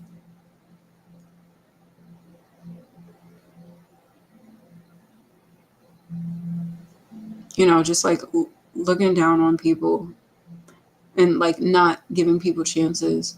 But then also like, yeah, I don't care who you are. I don't give a fuck who you are, how much money you got, who you think you are, how big you are, if biggest person in the world. Like, no. Like, I refuse to, and then okay, a point that I wanted to say to kind of like end this note was like, you know, even in moments where I feel like discouraged and feel like, giving up or whatever, and knowing that there's people who probably don't want me alive and are, have strategic ways of trying to, you know, end me or whatever the case may be. Even when I have those moments where it just might get to me, part of me finds the inspiration to stay alive just to piss you motherfuckers off and just to prove you all wrong. Because for one, you're dumb to bet against me. That's one.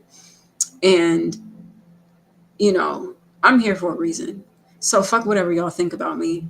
Fuck whatever you do to try to, instigate me or bother me or get under my skin or, this whole echo narcissist bullshit in the gray cave. Because apparently, the references of that, from the same hue as you had to have been something from years ago before I've even fell out with certain people. So I don't know. I don't know people's intentions, but I know I'm here for a reason. I know what people think or think they know of me does not define who I am. And I know my integrity does. In the many times that I go above and beyond for people that I care for is a testament to who I am. And the many times that even in my own situation where I couldn't even feed myself, I still went out of my way. Well, not out of, well, I did technically go out of my way. It wasn't my intention to go out of my way at that time. But to still even want to even care to help other people. And I was already in a bad mood. You know, I don't care what the fuck you think of me or what you say of me or how many people you try to get to try to tear me down and all this stuff.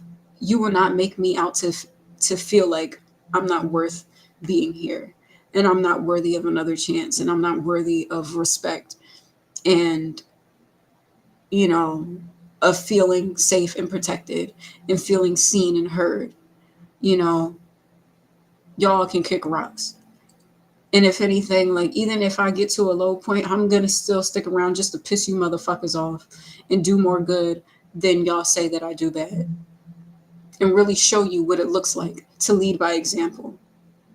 Because a lot of the people, what you say, the false idols that y'all look up to are hypocrites. And I will keep calling it out until people actually hold themselves accountable and change for the better. Because I know I'm not perfect, but at least I care. At least I care to change and at least I care to show up and be better, despite, the negative perceptions or the old ass shit that y'all try to bring up with my dating and whatnot. And, in regards to that, what I was thinking to be funny? I really should have cheated on these people to actually give them a legitimate reason to be upset. Because to my recollection, if anything, you know, I was unhappy in relationships because I was tired of carrying all the fucking weight. But I at least had the decency to separate myself before I did my own thing. But y'all just mad because I was probably the best thing that they had. And that's probably the real tea. But y'all be coming for me like I sat up here and cheated on y'all. And that was never the case. If anything, I was loyal, I was supportive, I was encouraging, I showed up, went above and beyond, traveled low and high just to be there because I cared. But at the same time, despite things going left and y'all trying to like, you know, use all these weird ass, creepy ass sexual references when I'm in certain spaces, you know, I'm grateful that things didn't work out with any of my exes. And I don't feel like, what they say, like sometimes when you leave something and you don't know what you got till it's gone. No, I wasn't happy in those relationships. And there was a relationship where I was treated well, and I was treated with respect and love, and I am grateful for that, and I don't take that for granted. But at the same time, there was a point in time where I wasn't happy in that relationship, and I was drained and tired, and I didn't feel supported in that relationship. And because of that, I was unhappy, and I made the decision to separate myself. And for a period of time, they wouldn't let me. But I voiced the things that made me unhappy. I voiced the things that, were concerns for me, and those things didn't change. And so for that reason, I made the decision to leave the relationship. And it's not a situation where I feel like, oh, I wish things were what they used to be. Like, I did feel that way at a point in time, but I'm like, just seeing how far people will go to kick you back in. I'm glad I left that relationship, because as good as it was, they still showed me their character in revealing how bad it could be. And it just didn't work out. And again, I wish these people well.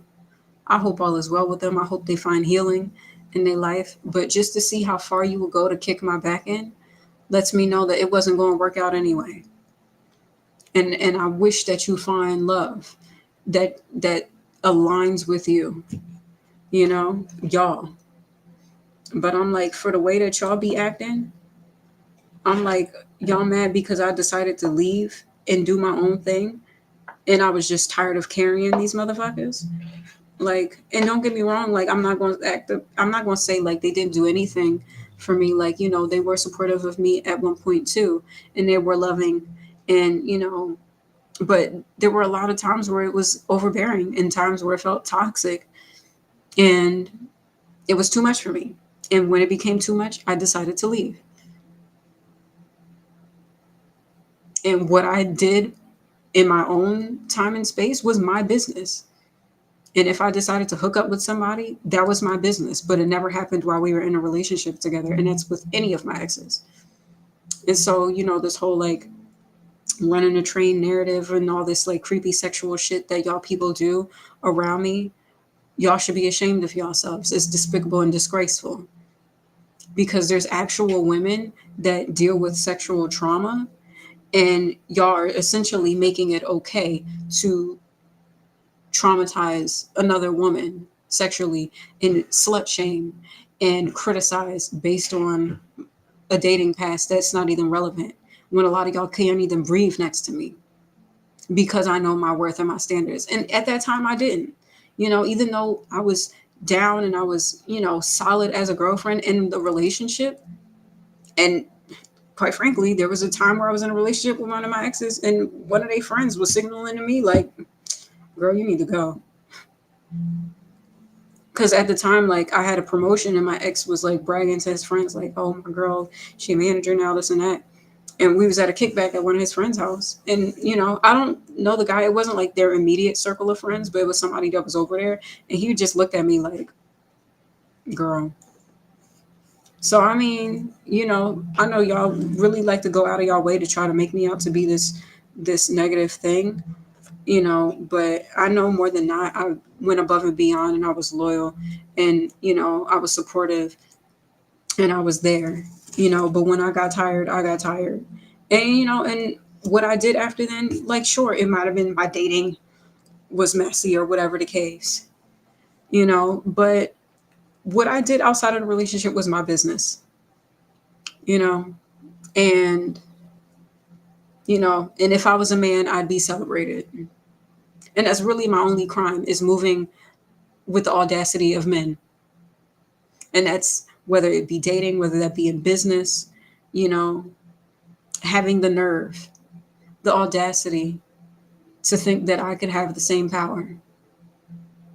And it bothers people because I'm a petite black woman and I don't fit the look. And, and I have a very feminine aesthetic, and, and very, like, I guess could fit into the whole like good girl image, but I never proclaimed to be that. and because I had the audacity and the nerve to move the way men moved towards us, then, that's when all hell broke loose. Sorry, I was raised by dudes. Sorry, not sorry. But I mean, I know better now, and I definitely wouldn't move the same these days, just be off like self-respect, just off of me having standards and me knowing my worth and just how valuable my energy is and how protective I am with my energy and how, you know, just not just anybody could just be up on me, like, period. And even if I had feelings for you at one point in life or whatever the case may be, I know y'all try to like reference a particular person and, a so-called not really twin or whatever. They don't even have a chance with me, and I'm sure they wouldn't want to date with me anyway. So it is what it is, you know, and that's fine. I'm really okay with that. I hope all is well. But they played the same game just like everybody else did. I were alumni for a reason. So again, until people want to be accountable and at least speak as honestly as I have spoken on my own wrong deeds and the things that I've done to mess up, unless other people want to start doing that themselves and, hold themselves to the same critique and judgment on themselves that they place on me, then there's no room for certain people to even come back into my life. And I'm okay with that because I deserve better than the friendship that I had when y'all left. Because at least I was willing to show up and change, and other people were still willing to lie and play the game for the fame. Bars. But I see you over here messaging here to the big city. Went to big city on a.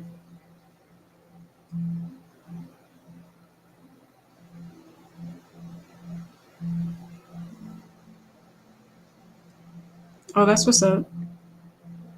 So, so you went to the hospital to visit your friend, and while you were there, you gave out like snacks and stuff. Is that what you're saying? I mean, that's what you're trying to say.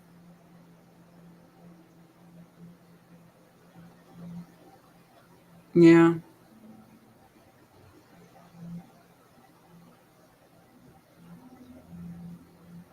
I mean, yeah, I think there's a role for men just as much as there are for women. It just needs to be respect. And even if you don't like a particular woman, there should still be respect and enough nerve to protect black women, especially amongst the black community.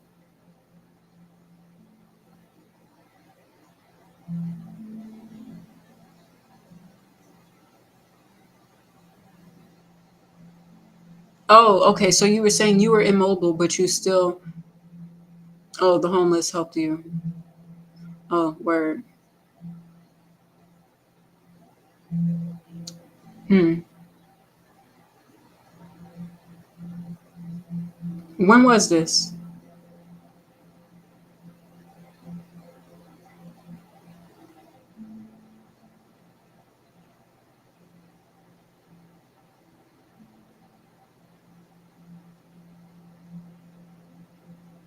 Hmm.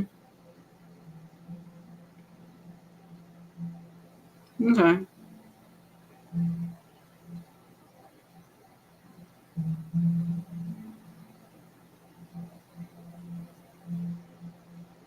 True. We are all God's children. And I try to see us that way. Sometimes I'll be like, God, I don't know about your kids today, but they are something else. But I think some of the most unfortunate things, specifically in the black community, or at least in my own experience, is like the same oppression that we protest against, that we try to advocate for laws to be, you know, passed to support us in. Like those same oppressive things are things that I've experienced from other black people, like being sexualized, that whole notion of like pull yourself up by your bootstraps, and but it's like, okay, but being in certain circumstances where you're intentionally made to be at a disadvantage compared to your peers or other people, being in situations like that, specifically under Black leadership, you know, just being disempowered as a woman, mentally, spiritually, mental abuse from Black folks, going out of my way to support Black owned businesses and then being treated a certain way.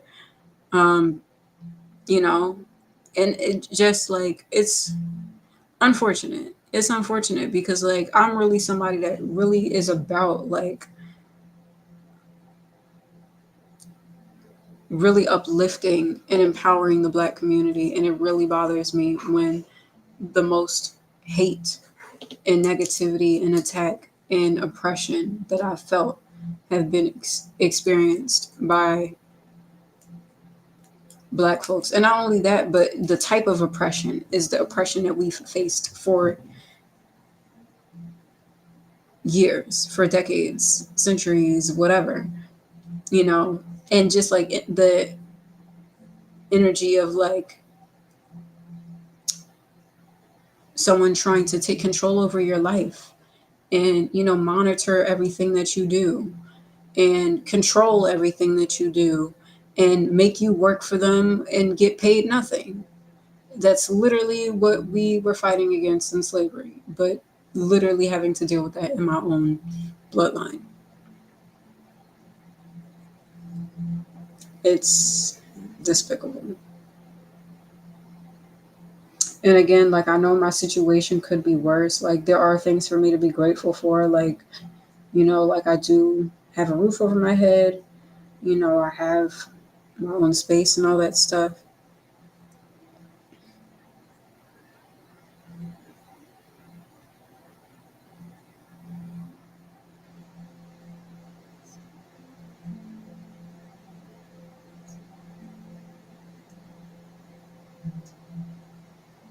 Where I'm glad Black folks helped you out.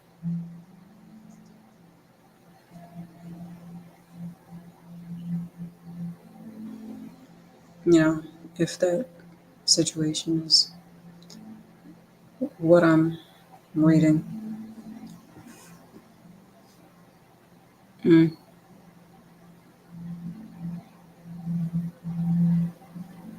yeah,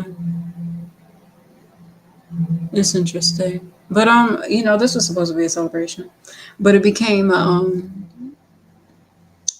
think piece. I mean, naturally, that's just kind of like how it became. But okay. On a positive note, let's shift this back to a positive. Um, yeah. So I have some performances coming up. Again, I'm a little nervous about them, but I want to make sure I do an excellent job. There's just like this quote by um, Oprah where she's like, you have to be so fantastic that they can't deny you. You know, and I don't know, like sometimes I feel like I show up and do my best, and it just don't be feeling like enough. Um, you know, thank you.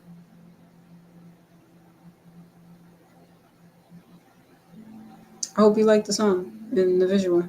Are you talking about without you? I'm assuming. Yeah, but yeah, so I got some practicing to do. I got to put some sets together and rehearse more. So there'll be more musical content and consistently. So I mean, I know I consistently live stream on here anyway, but you know, it is what it is. But we need to do more musical stuff. And then also like at a consistent time. I feel like that'll be the thing that will really help this page. How long have I been on here? Almost like 2 hours. Okay, that's not bad. Okay, yeah, but that's my TED talk for the day. Um, yeah, it's been a interesting time. I'm just trying to like figure it all out. I guess for me, it's just like, I don't know. I guess, and the main thing of why I wanted to share that in terms of like the whole like mental health thing, again, like it's not only important to me, but I know there's probably other people going through their own moments of feeling like discouraged and feeling like, there's not a space for them. And, like, what's the point and why keep going? I mean, look, I don't, and I guess, and the thing in the event that was mentioned was like, I guess try to like offer like tools to help somebody's mental health or like link up with a clinician or something like that. And I'm like, child, I unfortunately have dealt with situations where like mental health assistance has been like weaponized. Um, so my trust in regards to that is must be earned. And and I like, yeah. Anyway, and it's not like, I mean, those were like some decent ideas. It just wasn't relevant to what I was doing.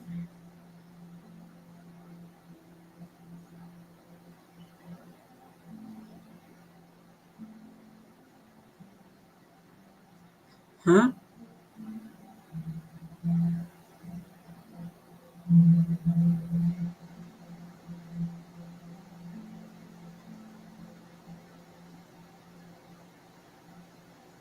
Which video are you talking about?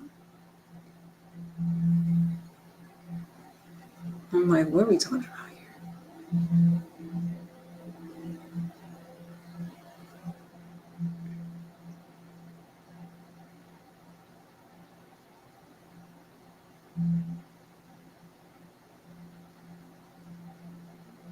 But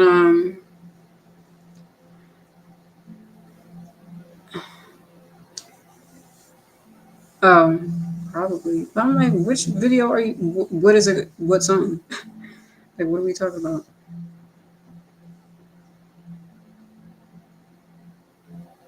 Outdoor steps. I'm like, I don't know which video are you talking about. I mean, yeah, like,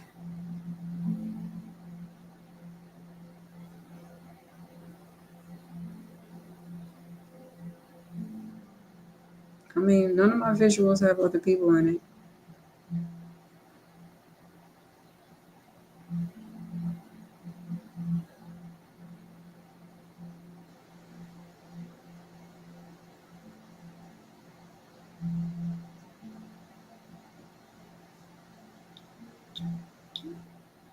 I mean, okay. I'm like, I'm trying to figure out. Are you talking about like the just wanna video? Like, I don't know. Um, but I think maybe just wanna. Oh, with the pig, not pigtails. Oh, outside of the steps. Oh, okay, yeah, yeah, yeah. Oh, yeah, you talking about just wanna. Okay, and it was like, yeah. I mean, it was different vibes. It was. It was an interesting visual concept. That's why I say. Well, I mean, that's what I was asking for you to tell me the name because I'm trying to understand what you was talking about. But I figured it out though. Um, okay. Well, thank you. I'm glad you liked it. I know I can do a lot better now. But yeah, it was an interesting project. It was an interesting experience. But yeah, I know. I announced earlier that I mean that was from my Divine EP. And Divine Era will be ending in 2024.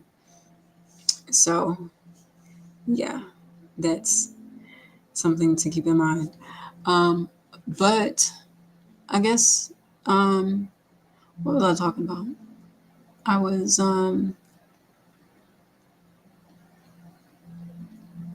mentioning something. Oh yeah, like rehearsing basically. Oh well, thank you. I'm glad you enjoyed. It's not my favorite project, but I feel like going forward, my projects visuals should be a lot better. Yeah, but oh, what was I gonna say? Okay, so I did just put out a song and a visual called "Without You" today, and basically a recap. It was in I guess not in celebration, but I mean it was. Last week, Saturday, was 7 years since I put out my first musical project with a band called Down to Mars, and I sang and wrote in that band. And then we've disbanded since then. Well, yeah, not since then, since that project, but like from years ago. And so in that, I wanted to use that as a means to celebrate making new music. So it was like a full circle moment of like the first time I recorded music all the way to like my recording style now.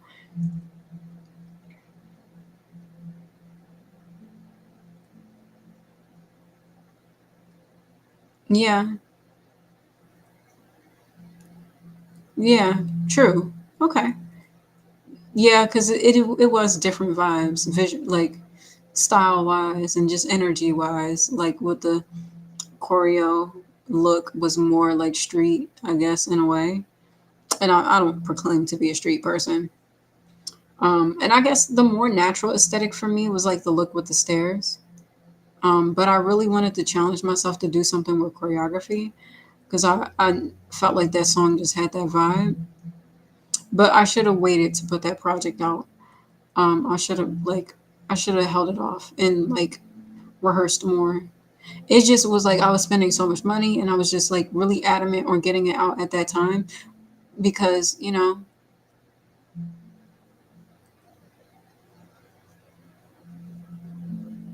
I guess. Like what do you mean? In the visuals or like in general? I mean I am petite, but my soul heavy though. My soul is bigger than this house.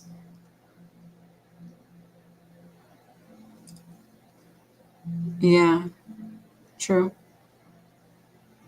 True.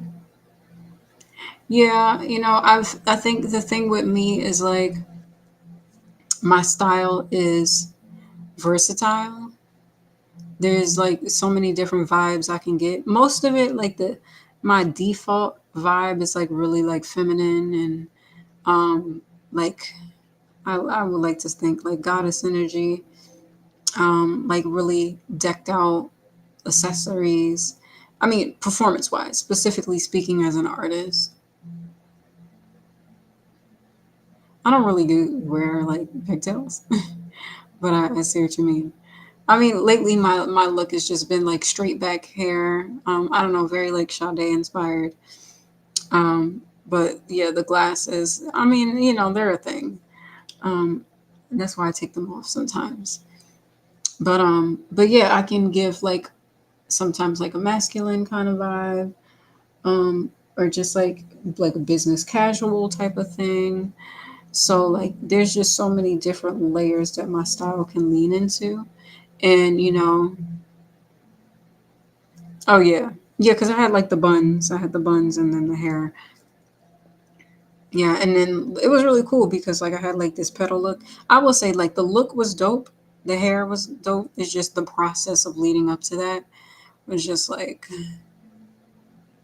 and the thing was you could barely see the hair in that footage. I wish I took more pictures and got more footage of that look because that was like the better look. And I had to just take stills from the video. But yeah, but I mean, it was a learning experience though. Um, Without You, I just put that out today. Check out Without You. The audio is on SoundCloud, but the I have a lyric video that I just put out for that song. Oh yeah, that was what I was getting to. So yeah, so last week was my EP. I Got You. when I was in Down to Mars, and that's on SoundCloud. Don't listen to it. Um, it's like nah. If you listen to it, just listen to Please and don't listen to nothing else. It's like nah. There's some other songs on there. But Please is like the only song that I can listen to all the way through and be okay. But and I share that on my SoundCloud account too. So like if you go to my SoundCloud, you'll find that there. Just wanna.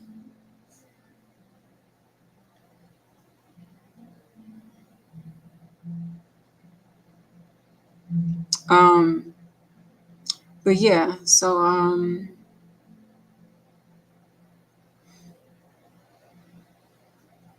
yeah, so because it was the 7 year anniversary, I worked on new music and I ended up recording Without You, the song, because I had been like in the vibe of listening to a lot of Tribe Called Quest.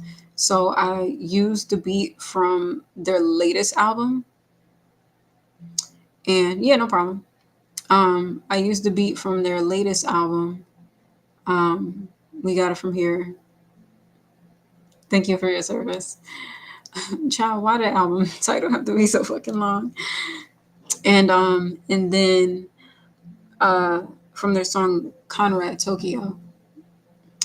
And I used that beat because when I was listening to the album again, that beat kind of struck me. I had like a Mariah Carey roof moment.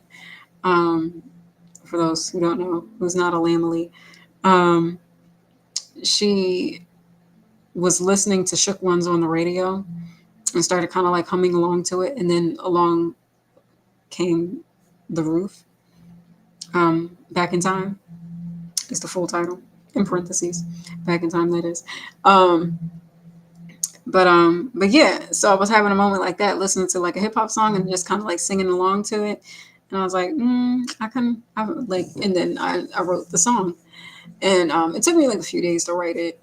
Um, but I knew it wasn't something I was gonna like put out as like an official like song on an album type of thing. But it was like a creative outlet for me to make new content. Plus, because I was like getting all my business stuff together, I was, designing my business cards. I was getting my link tree, like my portfolio stuff together. I just finished the EPK, which is an electronic press kit, basically like a sheet. Sometimes they have like basically like your website can kind of be like a press kit too, depending on how you design it. But basically for mine, it's like a sheet with like my links to my music, a short bio about myself, a picture, me explaining my style of music, and like, if I were to have been like featured in any like, blogs or magazines and stuff like that, I can use that as like press. So, you can use like quotes from that and put that on there. But I don't have those yet. So, that's the next thing. But, in me kind of like revamping all my like stuff, because it really started with the flash drives. So I don't know if I explained this to you before, but I think one of the lives that you came onto before was while I was making the flash drives. But making the flash drives with Divine, the music, the lyric book, the pictures, the affirmations, and then like the PDF with all like my contact info and stuff like that. So I put all the stuff for the flash drive together. And in that I was like, okay, and with the contact sheet I had all the links and stuff on there. I'm like, okay, I gotta put all my social media, all my music links. And I was like, okay, if I do that, and then I started making the business cards. So I'm like, all right, I need to make all my social media. Yes. So yeah, I do still have that for sale if you're interested. I'm working on getting my website back up and running so like people could order easily through there. But anyway, so in me making the contact list and like the business cards, I'm like, look, I gotta update all my social media, and then not only that, like I have to actually be like more active on there. And so yeah, that was a few weeks ago. So they're all done. The flash drives are all finished. I haven't sold any yet, but last one of the last few times I was doing a guitar practice on here, somebody ordered my EP, so I was really excited about that. All the way from the UK, so that was really dope. I got somebody purchased my music, So yeah, and I was like, I mean, it wasn't like a rough day. I had like a good day because I was out like networking that day, and so somebody bought like some sage from me, which I'm also selling to sage and incense. Well, I'm not particularly selling incense right now, but I do have incense if people want to buy some. But I'm selling sage, Palo Santo, and the shells to like catch the ashes and stuff like that, as well as my music. But in the process of me like doing all of that, I'm like, okay, I need all my social media to be cohesive. So if you go to like any of my social media accounts, everything should have like the same profile picture and the same banner because I want it all to be like cohesive. So this is Narice's page. Especially like if I give my business card out, so like most of my social media page is gonna look like this image, right? Because it's very much my brand. It's with the iridescent jacket or like a see-through shirt because I love a good lace see-through moment. Hence me wearing lace right now because it's my vibe. And we got the backdrop. I got my iridescent mirror back here. You know, it's just the aesthetic. So yeah, my social media, everything matches that, and and then plus I needed to post on social media. So I mean, I got you. EP was a good reason to kind of like get back into posting online. And then I was like, okay, I need like new music to kind of promote a little bit. Just because like I'm not thrilled about like the visuals on the Divine EP until I put out the Divine visual, which will be coming at some point. Hold up. Oh, yeah, yeah, so it's my business card. You know what? I'll do something better. I'll screen share it so that way it'll actually look a lot clearer and better. Oh, speaking of, I think my Canva Pro account might come to a close at some point. Okay, so actually, I kind of redesigned the business card, but I'll show you the old one. Oh, no, actually. No, yeah, I'll show you the old one. Because my new business card kind of like reflects what the EPK looks like, and the EPK looks like my social media. So everything all has the same look. Um, so anybody that like whether you're introduced to me through my press kit or my business card or you found me on social media, like all of it is cohesive. Everything looks like um, it's the same image. So oh, this is that girl on the business card, or this is that girl from the press kit. If I could find the damn business card page, the fuck. Oh, right, it's right here. Duh, I was just looking at it too. All right, so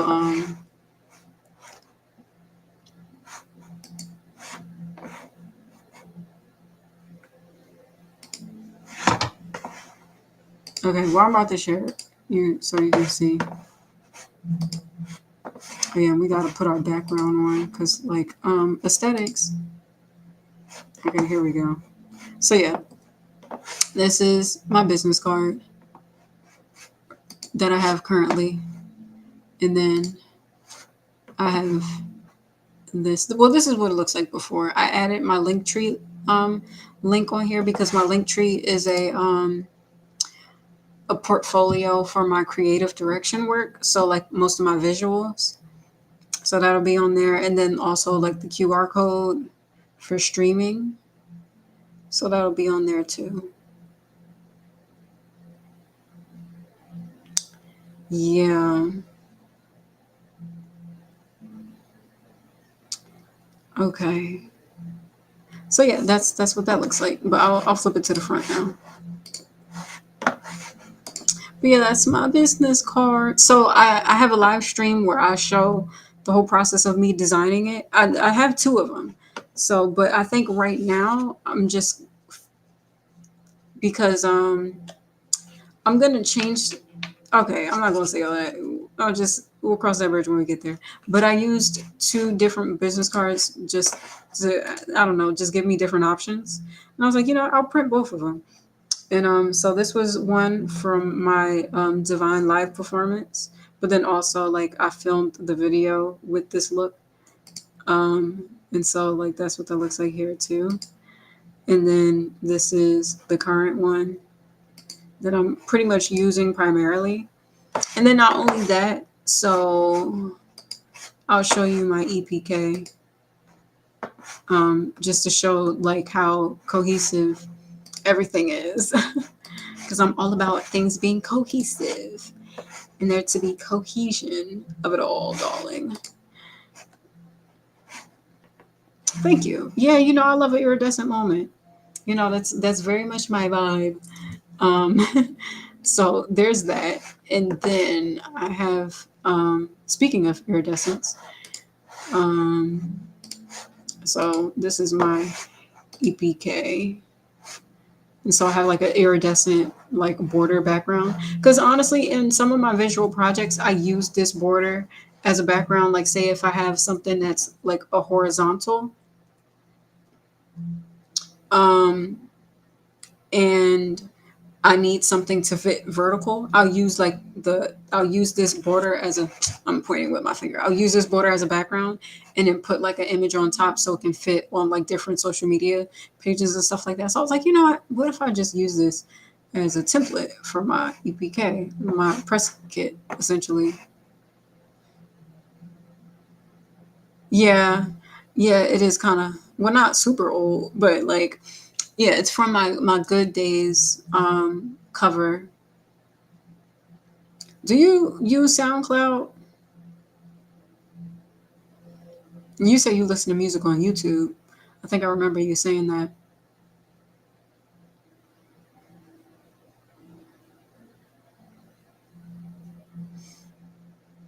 But so yeah, that's this page, and then I have this. Now my only thing is my bio is long as hell, so I felt like I had to fit all these teeny words in here.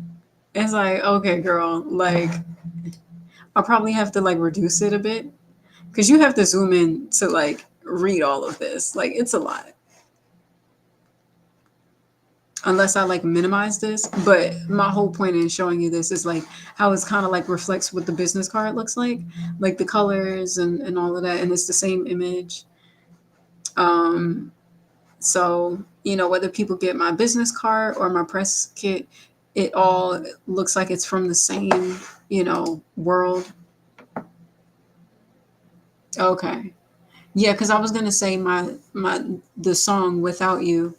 I'll just like screen share that one here. Okay, that's another thing too. I gotta add Without You on here. So actually, let me do that. I mean, I don't have to do that right now, but I do have to do that at some point. Okay, Divine EP. And then I gotta, okay, maybe if we just kind of put that there like that. Okay, and then I'll add uh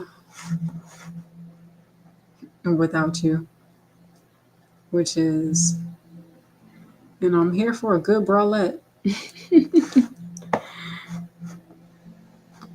But you know what? I think I'll add the video thumbnail. So, okay. I know I was not supposed to be editing this right now, but here we are. Because actually, okay, the other thing that I was thinking about doing for this live, but I'm not going to do, but I said in the beginning of it that I'll wait till tomorrow or Monday, is that I was going to redo the website and bring the website back up because for my press kit, my business cards, and just like everybody that I've been emailing in regards to like trying to book shows and stuff like that, they'll ask like, "Oh, do you have a website or a page for us to check out stuff?" And I feel like my website was like the best thing for me to use to like just send to people, but I have to update it. I got to revamp it. I got to put the right pictures on there. You know, put new music and you know all that stuff. And then also, okay, so an idea that I had, hold on. Okay, so let's do this. And then I think I could do like a hyperlink to the YouTube video.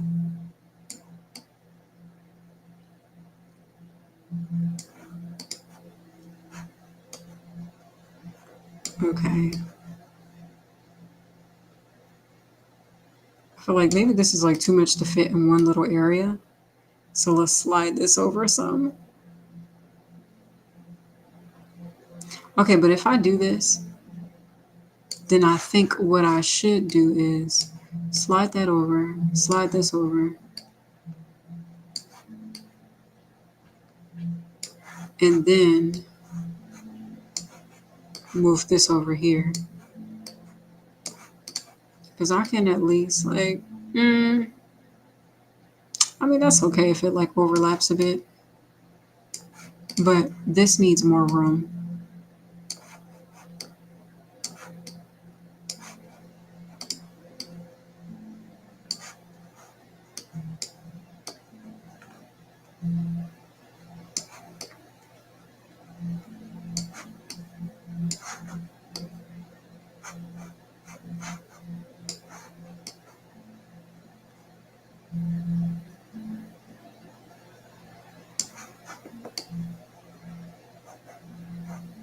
Mm, I don't know how I feel about this.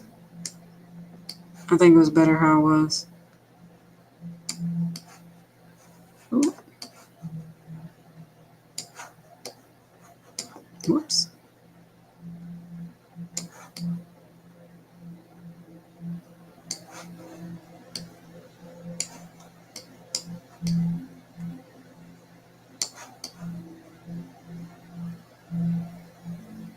Okay.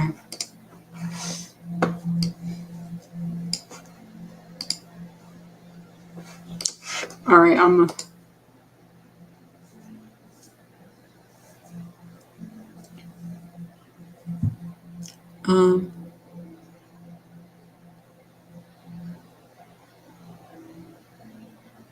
Yeah. Okay. Yeah. SoundCloud. So SoundCloud has. I mean, it pretty much has some of the stuff that I have on YouTube. Because what I did was actually the night that I was going, the night before the I Got You anniversary, I like revamped my SoundCloud because I didn't really like how it looked visually and just like the songs on there. So what I ended up doing was putting the music from the covers that I did on YouTube. So like Good Days, Cabin Fever by Jaden Smith, like some of the like acoustic ones where I recorded. Um, no, that's what the top looked like. I mean, I did like tweak the picture a little bit to like add because like the original picture is a little darker. So I did like make it brighter and bring up the saturation and some of the contrast. But the shirt looks like that. Like it has like this iridescent metallic kind of look. So that's naturally what the shirt looks like. Based on how the light hit it and stuff like that. But yeah, so SoundCloud essentially has some of the same stuff that's on YouTube. It's just the audio form. And then without you, I did the same thing. Um and Yeah, so the audio of Without You is on SoundCloud, and the visual, it's a lyric video um, that's on there. So yeah, I'm just going to add this on here real quick.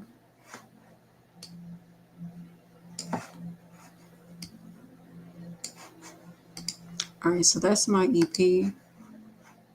And, I just feel like the growth in the artistry is a thing too. Copy, paste. All right, but we're not going to call it that. We're going to say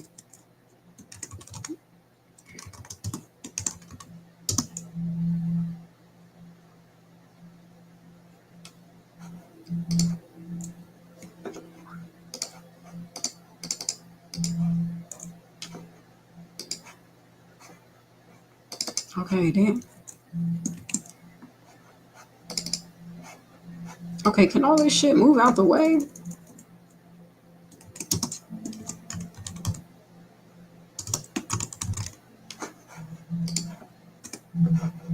Like, yeah, I'm trying to sit up here and read.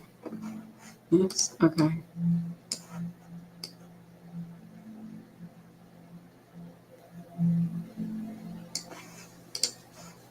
All right.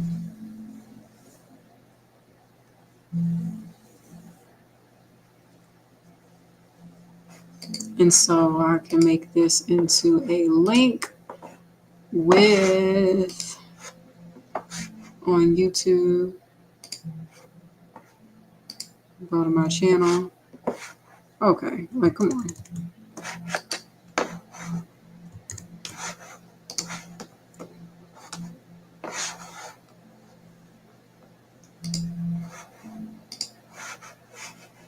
Copy. All right. So yeah, I just kind of like got wrapped up in the work a little bit. All right, and then boom. So when you click the picture, it goes straight to the link. Okay, and I think I should probably do the same thing with.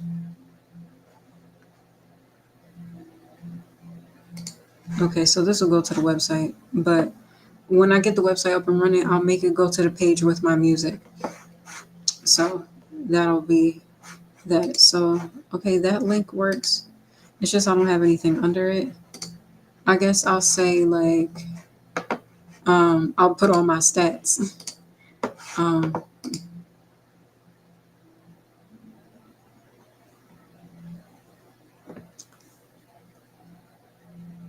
mm, okay, that could be a point. Well, I don't, look, I try not to tell all my secrets, but people tend to find out anyway. But,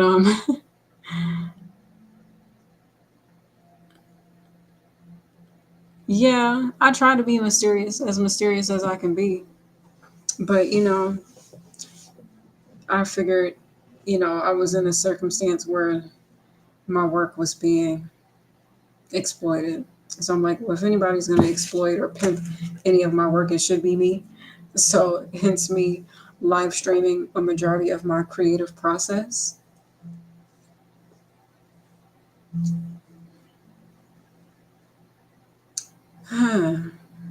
I guess.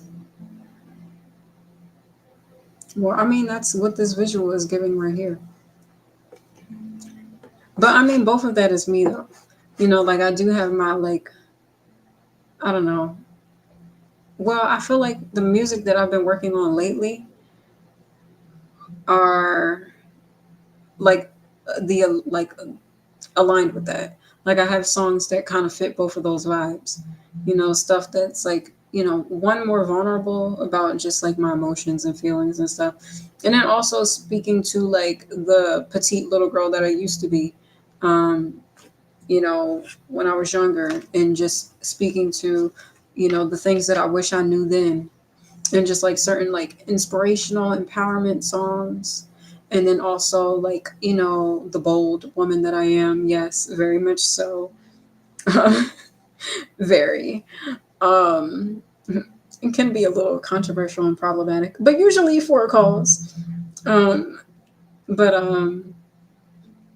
yeah, there's definitely songs. I feel like that energy is more portrayed when I'm rapping, um where I kind of like talk my shit, because I do got bars too. I'm very much a hip hop fan. Um, and, uh, you know,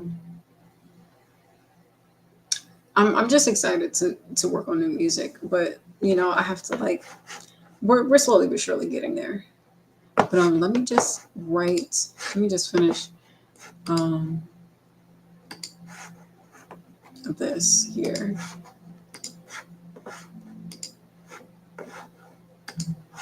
Oh shit. Oop, that's not what I meant. I had a feeling that was what was going to happen because I pressed the wrong button. Okay, copy that and paste that. Okay, there we go.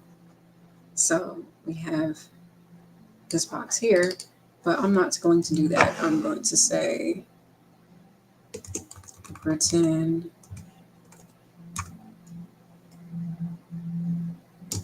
and performed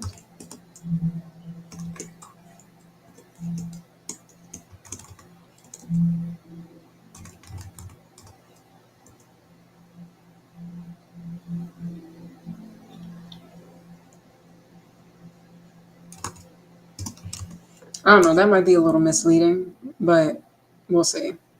Because I'm like, if I say produced by Q-Tip, I mean, it is true. It is produced by Q-Tip. Not that he gave me the song, but did he? Maybe. Um, because I mean, he is a sample artist, so I'm sure he would understand me sampling his music, right? Um, anyway, um, filmed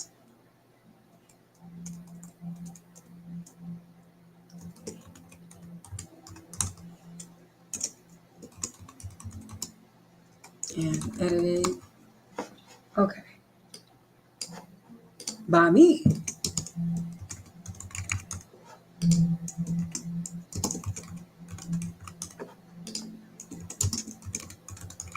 Um,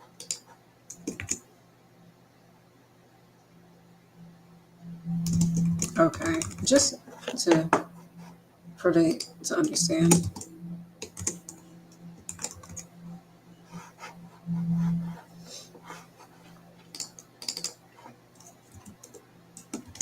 There we go.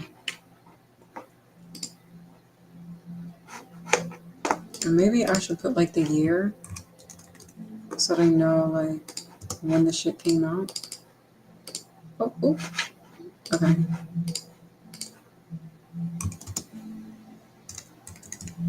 Yeah, so it's like, okay, this is recent work. Actually, let's move this over some. Yeah. Mm, okay.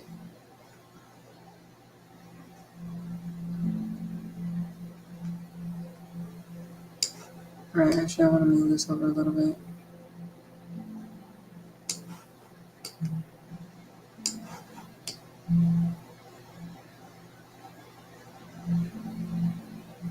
All right. I think, yeah, this shows like my recent stuff. All right, so this is the EP. That's the last recorded project. And then this is me now. Yeah, I feel like, because obviously this is from years ago. So I feel like there's a clear distinction of like my style evolution and just like my evolution as an artist in general. Um, I don't know. I'm thinking like, should I put two different pictures in here? Because I know they say like use different pictures. Maybe if I do like this here and then maybe this. No, not like that. Maybe this one. Because I do really like this picture a lot. And I should probably edit it.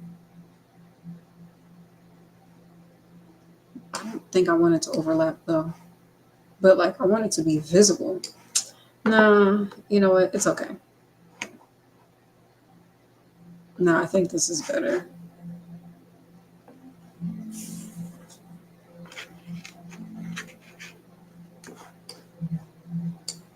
No, I'm gonna do without that one. Or rather.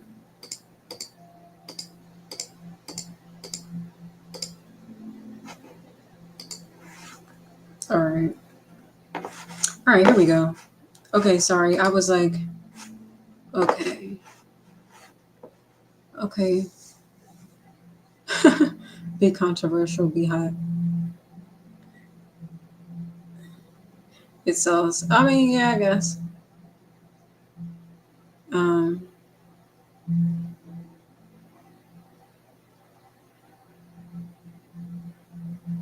that's true. FYI. Kasha featuring Lemony has Without You from. Okay.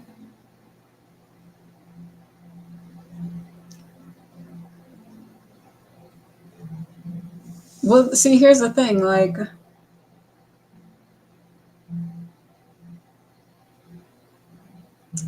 I was thinking about changing the cover of the album because we're in a digital world, and it's not like I have any like physical copies. Well, I mean, I burnt some CDs, but I was thinking like, because the cover photo that I have for the single is what I would have wanted for the album cover. But at the same time, it's like I still want to honor this version of me from 2020. Um, I mean, I'm not crazy about that cover picture. There's certain elements that I would have changed knowing what I know now about like creating like a look and an aesthetic. But I feel like it shows growth. It's a reminder of my growth as an artist. But then again, I still kind of want to change it though. I'm not gonna lie. I thought about it. I thought about changing the cover. I mean, the single covers too, just to kind of like just give it a fresher look. And plus, like when I go on my Spotify accounts and look at my discography, I feel like none of the pictures look cohesive.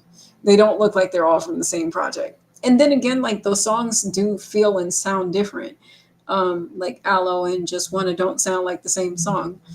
Then again, like they're produced by different people. But I still want the visual side of things to like look more aesthetically pleasing. Yeah, true. I mean, the girl with the buns, all of that is me. Even then, because I mean, to be real, that look that you're talking about with the with the buns and the tulips and all of that, I was wearing this shirt. Hold on, I was wearing this shirt right here in the video, which I totally forgot about. I've reworn this shirt multiple times in like visual projects, but yeah. So that was kind of like the start of the aesthetic, and that was my favorite look out of that video anyway. But I feel like this particular image and photo shoot is a mix of like the attitude of the choreo look as well as the aesthetic of the look where I had the buns and the makeup and the glasses and everything. So I just it was an evolution. It was an evolution of me building on my visual aesthetic. But yeah, I'm okay. I'm glad that I added this onto the EPK because I really wanted this to be a part of it. Because I think like audio wise, and plus it's something new that I just released. Um, and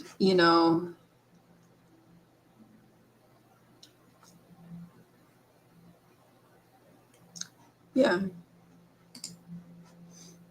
Okay, so I got my website, email, website, visual portfolio. So yeah, I think actually this link is going to have to change. Once I get the website back up and running, the link to this will be specifically to my music page. Um, so yeah, and I think the title should probably have a link to, just so it's all one thing. Copy. Well, let's make sure it's the right thing. Just to be sure. I think it is. All right, so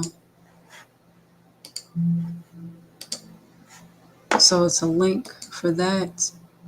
And then once I get my website up and running, then I'll have a link for the EP and the title. So this is a link, that's a link. This is just info like written and performed, produced.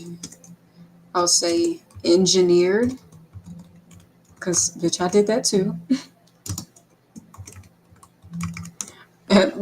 Even though I literally just learned how to engineer, but and actually, let me do this just because I'm a stickler for details. Okay. Very tedious, but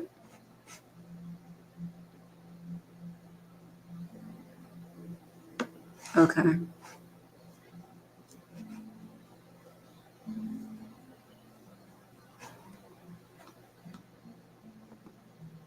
Yeah, I think this looks good. All right. Okay.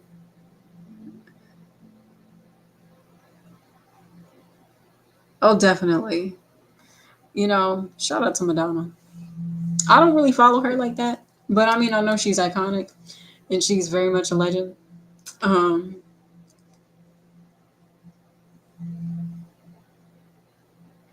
okay. Hmm. I will say that era, I think of what's that song? Like a Prayer? When she had the brown hair. Mm, that was a look. Yeah, I gotta get into yeah, I gotta get into her catalog and check her out. I would say I was more of a Janet girl around that time. Well, I mean, I wasn't even alive around that time, but in terms of music at that time, I I'm into Janet, from like her 80s stuff from the 90s, you know, Control Rhythm Nation, uh, the self titled Janet album, Velvet Rope, all of that. Like, I grew up on those albums. Yes, Vogue. Yes. Okay, we love a Vogue moment. Um, anyway, okay, so yeah, that's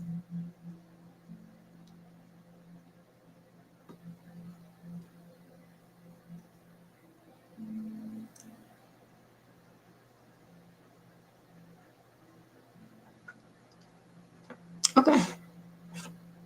All right, so my EPK, I'm gonna disconnect this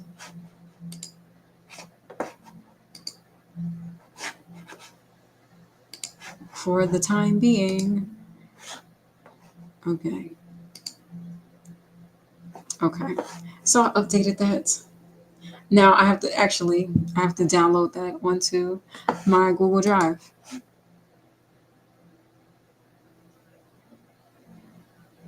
No, actually, I'm gonna wait. I'm gonna wait to do that because I still have to tweak the website, and then when I tweak the website, I'll have the correct link for the music page to be for Divine, so people could click on that, when they see the project.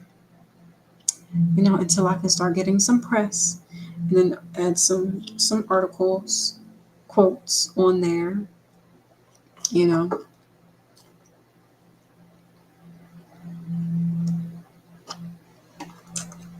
I will say I do think my EPK is enticing.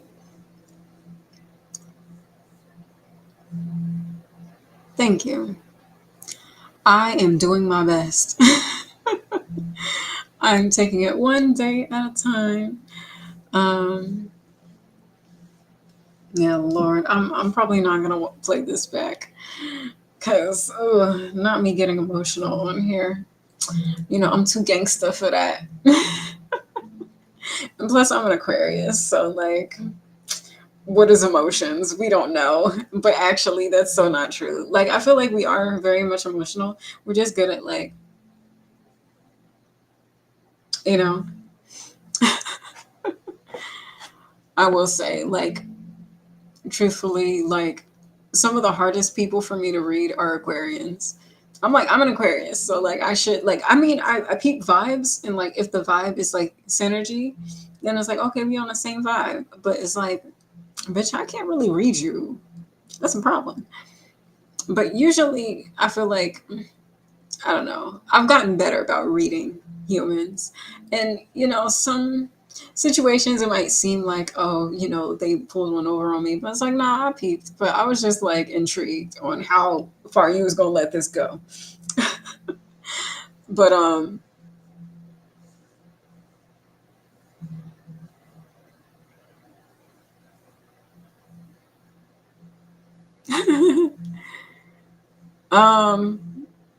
that's funny. Okay, Virgo's groove. You know, I used to say that I like the Virgos, but Virgos have gave me the biggest headaches in my life. But I will say the qualities about Virgos that I do appreciate is them being like perfectionists in their work ethic. I think, when it comes to them getting the work done, they don't play.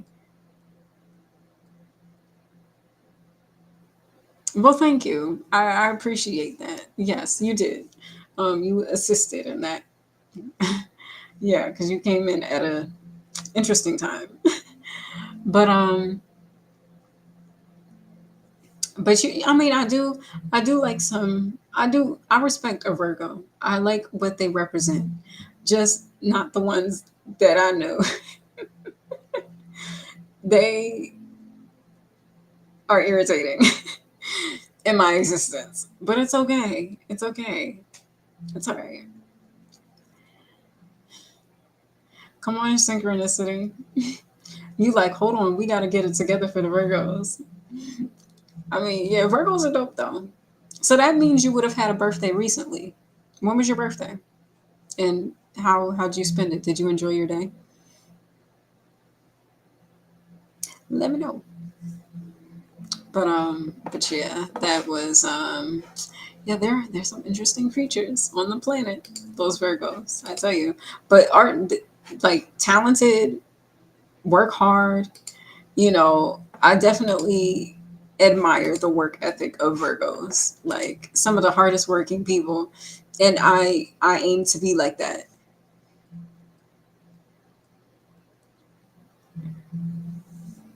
Oh, really? September 6th? That's cool.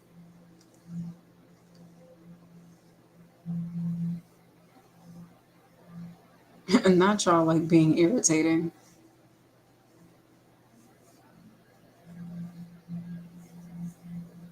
Interesting.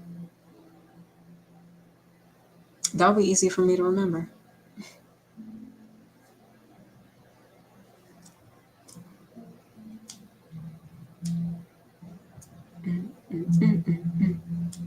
Okay, I was almost on here for 3 hours. I mean, I know I was talking the whole time, being emotional and such.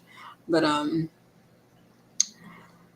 whew, child, what a day, what a day. I feel like, yeah, I was pretty much about to wrap it up on here. Um, I updated my EPK, so that's cool. So I was a little productive on here.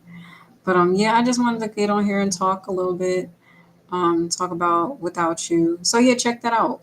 Check out the video and let me know what you think. Comment on there and whatnot. So yes, thank you very much. And can you remind me your name again? Or should I just call you Dot? I think Dot is cool. For the sake of protection. You don't have to tell me your name.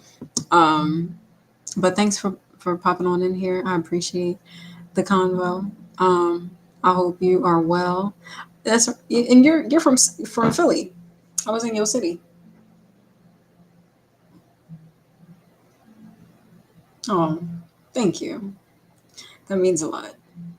I will say I definitely enjoy being on these lives a lot more than interacting with humans.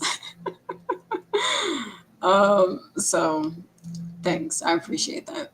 All right. Have a good night. And with that said, I'll just say my closing message on here. Um, yeah, because I'm getting tired and it's already past my bedtime. Not that I have like a packed day tomorrow. It's Sunday, so I'm probably gonna like keep it chill and just get ready for my week. Um, yeah, okay. I know I seen something in here. Um, but yeah, oh, child shaking the table. Um, but yeah, I was having a little emotional moment. But I guess how I want to end this. I guess I could do like a prayer. I haven't done a prayer in a minute. Well, not. Well, yeah, I don't think I have. I might do something like short and sweet. But so um, Lord, thank you for this life, despite the challenges. I will say I wouldn't want to be nobody else. I'm grateful to be who I am, and I just hope that I continue to grow and evolve into a person that you can use to be a beacon of love and light, to help others, and uplift and entertain people and make people smile and laugh. Um, Whether I'm being inspirational, whether I'm singing or, having my little shady moments. I hope people are somewhat entertained and, informed in any way and, inspired. And, I truly hope to be a vessel to help folks change for the better on this planet. That's what I aim to do. Thank you for my audience. Thank you for the people who've been interacting in the chats more often lately. Um, that's been cool. Y'all keeping me on my toes now because I'm so used to just doing these live streams and like nobody being on here, or maybe like one person viewing on Kick. There's always that one on Kick. So actually, let me go on Kick and just check that out now. Yeah, shout out to my one human on Kick. If you're a good one, if you're a good egg. So yeah, so thank you for the people who've been interacting on the chats lately. I've been having some cool conversations. Thank you for the human that purchased my EP. I'm grateful. Thank you for that. I'm glad you enjoyed the Just Wanna video. Check out Without You. Shout out to Without You. Yeah, I'm just trying to like use a negative thing into a positive. And meaning like, the feeling of like infatuation for someone that doesn't feel the same for you. But then also like, the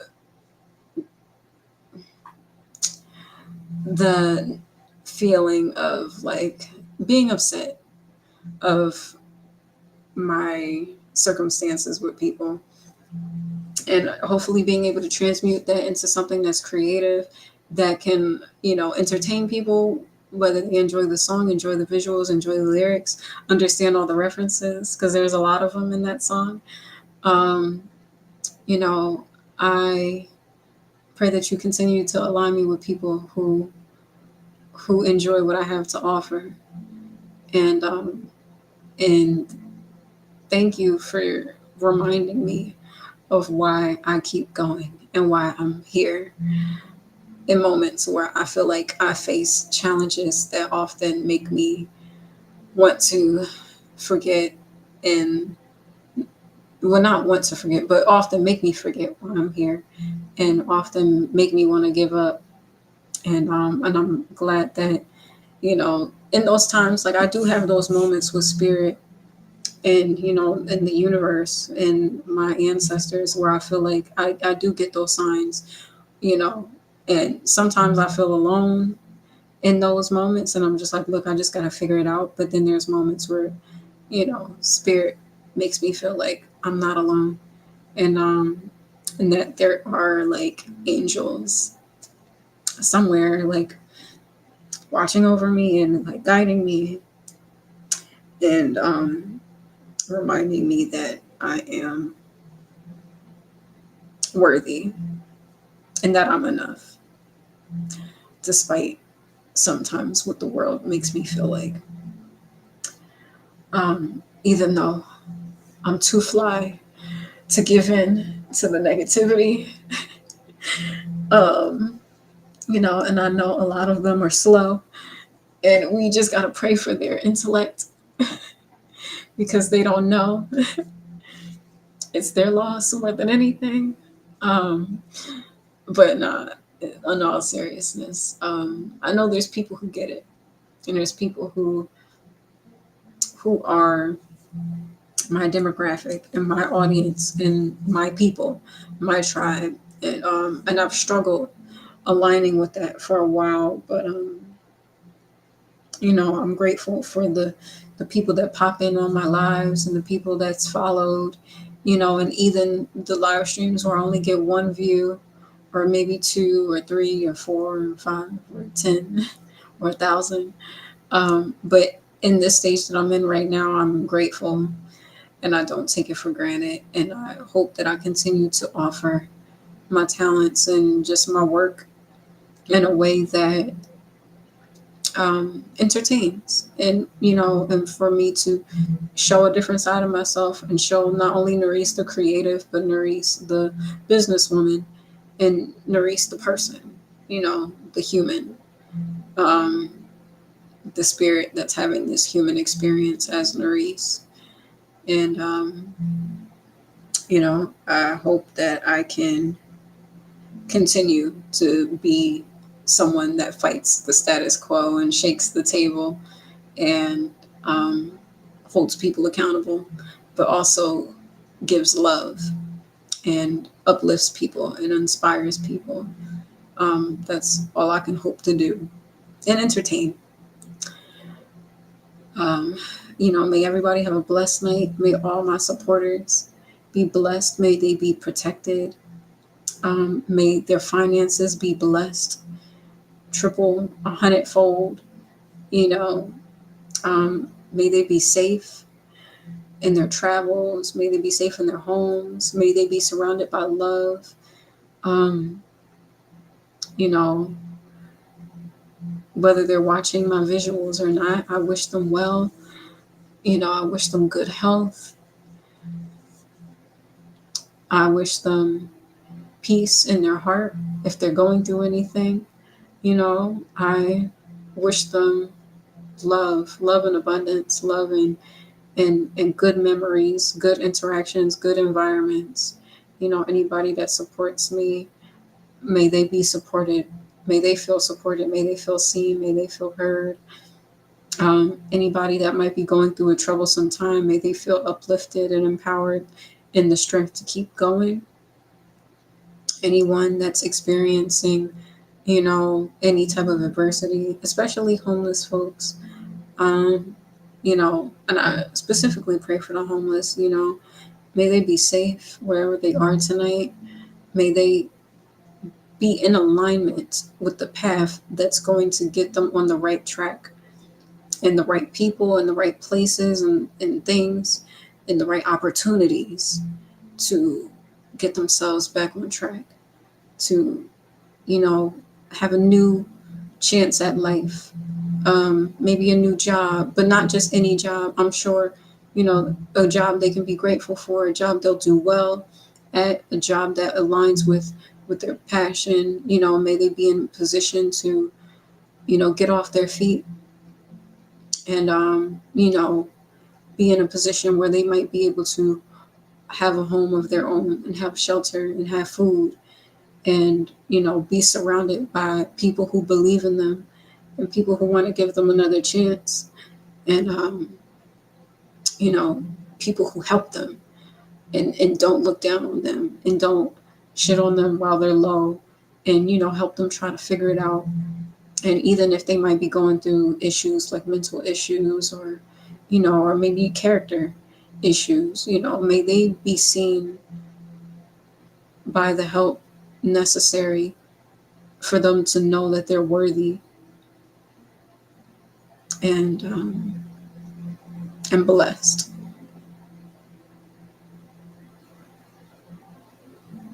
And may we all be blessed, everybody. And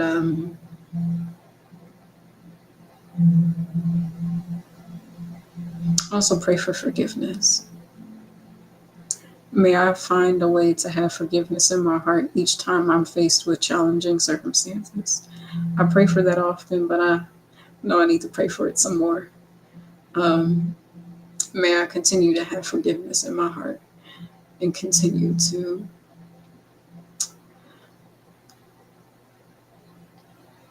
lead with love, but not be a pushover. Like, don't try me. But may God put forgiveness in my heart and allow me to be able to move past the things that's been done to hurt me. I'm still going to tweet about it though while I'm promoting the song. But while I do pray to move past it emotionally so it doesn't hinder my spirit and it doesn't hinder the spirit of those who I might have felt wronged me or who might have felt that I wronged them. I pray for healing for all of us. Um, so it is, so it will be. And thank you for what has already been. Amen. Amen. Ashe. All right, y'all. Look at the timing. It's almost 11:48. All right, yeah, this has been a long live stream. Well, yeah, that's pretty because I did start at that time. So literally like at the 3 hour mark. Okay. This has been an interesting one. Oh, I should have had the chat overlay. Oh, y'all don't see none of that's okay. It's all right. We'll do that next time. Um whoa. I'll just like nah, this chat was going on for that long.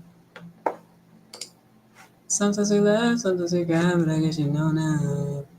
Alright, it's whatever. Um Damn, I should have had it up here. It's okay. It's fine. All right. Good night, guys.